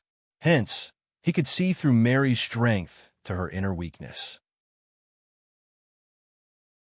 How could there not be a price to pay for creating blood thralls? The embrace seemed to be absorbing the target's blood, but in fact, it was equivalent to sending part of one's origin blood into the target's body in order to gain complete control over the target. With Mary's strength, if she slowed down the process of creating blood thralls, she might not have too many problems under the nourishment of a large amount of blood. However, in order to become stronger, she had actually embraced so many blood thralls in such a short period of time. This also meant that she would lose a large amount of origin blood in a short period of time. This was a huge loss that could not be completely recovered even if she sucked blood day and night. Since the 3 of them had arrived, a small battle conference immediately began. First, Mary briefly explained the strength of the group of Demon Hunter Knights. There were about 117 Demon Hunter Knights who were about to break into the Greenland Forest. Most of them were low-level Demon Hunter Knights, and about 15 of them had the strength of a wizard. This also meant that in the coming days, the 3 of them would have to fight to the death against an enemy that was 5 times their size and dozens of times their size in the forest. Without the 15 Spellbreaker Knights, no matter how many Demon Hunter Knights there were, they would just be a flock of sheep that they could slowly hunt. However, now that the Spellbreaker Knights were mixed in with the enemy, it would make their hunt 100 times more difficult. One misstep, and they would end up in a life-and-death struggle. Grimm and the other 2 who were present had never had the spirit to sacrifice themselves. The reason why they appeared here was mainly because they were forced by the situation. In addition, they also wanted to experience the taste of a dimensional attack. So, of course, they would participate if there were benefits. However, they would never do something like blocking the path of a spear, even if they were beaten to death. Wizards were a bunch of cold-blooded and selfish fellows who schemed, and schemed only for themselves. That was why anyone would fight for a job that was beneficial but not too dangerous. On the other hand, the missions that required great sacrifice and danger were something that everyone avoided. After listening to Mary's explanation, the group of Demon Hunter Knights immediately split into 12 small teams after entering the Greenland Forest. They would then maintain a certain distance from each other and completely clear the forest. Of course, Grimm and Intich welcomed this news with open arms. In their eyes, the scattered iron fists were like lambs with their necks stretched out, waiting to be slaughtered. Although there were some small thorns among them, it was not enough to make them flinch. However, the enemies were too scattered, and there were only 3 of them on their side. It was difficult to completely control the enemy's movements. If some of the enemies accidentally broke into the sorcerer's camp, the consequences would be unpredictable. Although the world of knights strongly rejected the existence of spellcasters, there were still traces of crude and primitive magical weapons on them. If they carried some long-distance communication device and leaked the location of the sorcerer's camp, Grimm and the other 2 would have completely failed their mission. Perhaps the next wave of even more powerful demon hunter knights would directly attack the sorcerer's camp under the leadership of the high-ranking knights. When that happened, not only would the sorcerer's camp be in grave danger, even Grimm and the other 2 would not have the slightest chance to escape. They would be crushed into powder by the 2 forces. So, the 3 of them had a simple discussion. They could not let the demon hunter knights run around for the sake of convenience. Therefore, they had to find a way to restrain them before they entered the Greenland forest, and this meant that they would have to fight them fair and square. The 3 of them were all decisive fellows. After summarizing the information on their side, they quickly came up with a simple battle plan and assigned a simple task to the 3 of them. Thus, after a quarter of an hour, Intich turned around and led his army of bug people back into the forest, disappearing into the depths of the dense forest. Mary whistled, and a few of her blood thralls instantly turned into vampire bats. They flapped their wings and circled around her rapidly. Seeing that she was about to leave, Grimm called out softly, "Mary, catch!" A clay jar the size of a fist was thrown at Mary, who was about to fly away. Mary received it doubtfully and shook it. The sound of viscous liquid vibrating could be heard from within. Her eyes suddenly lit up. She pulled out the stopper, and a thick, pungent smell of blood immediately rushed into her nostrils. The surrounding vampire bats immediately became extremely excited. You're tuning into the Warrior Lore YouTube channel. Don't forget to subscribe and join us on this journey to catch the most captivating stories.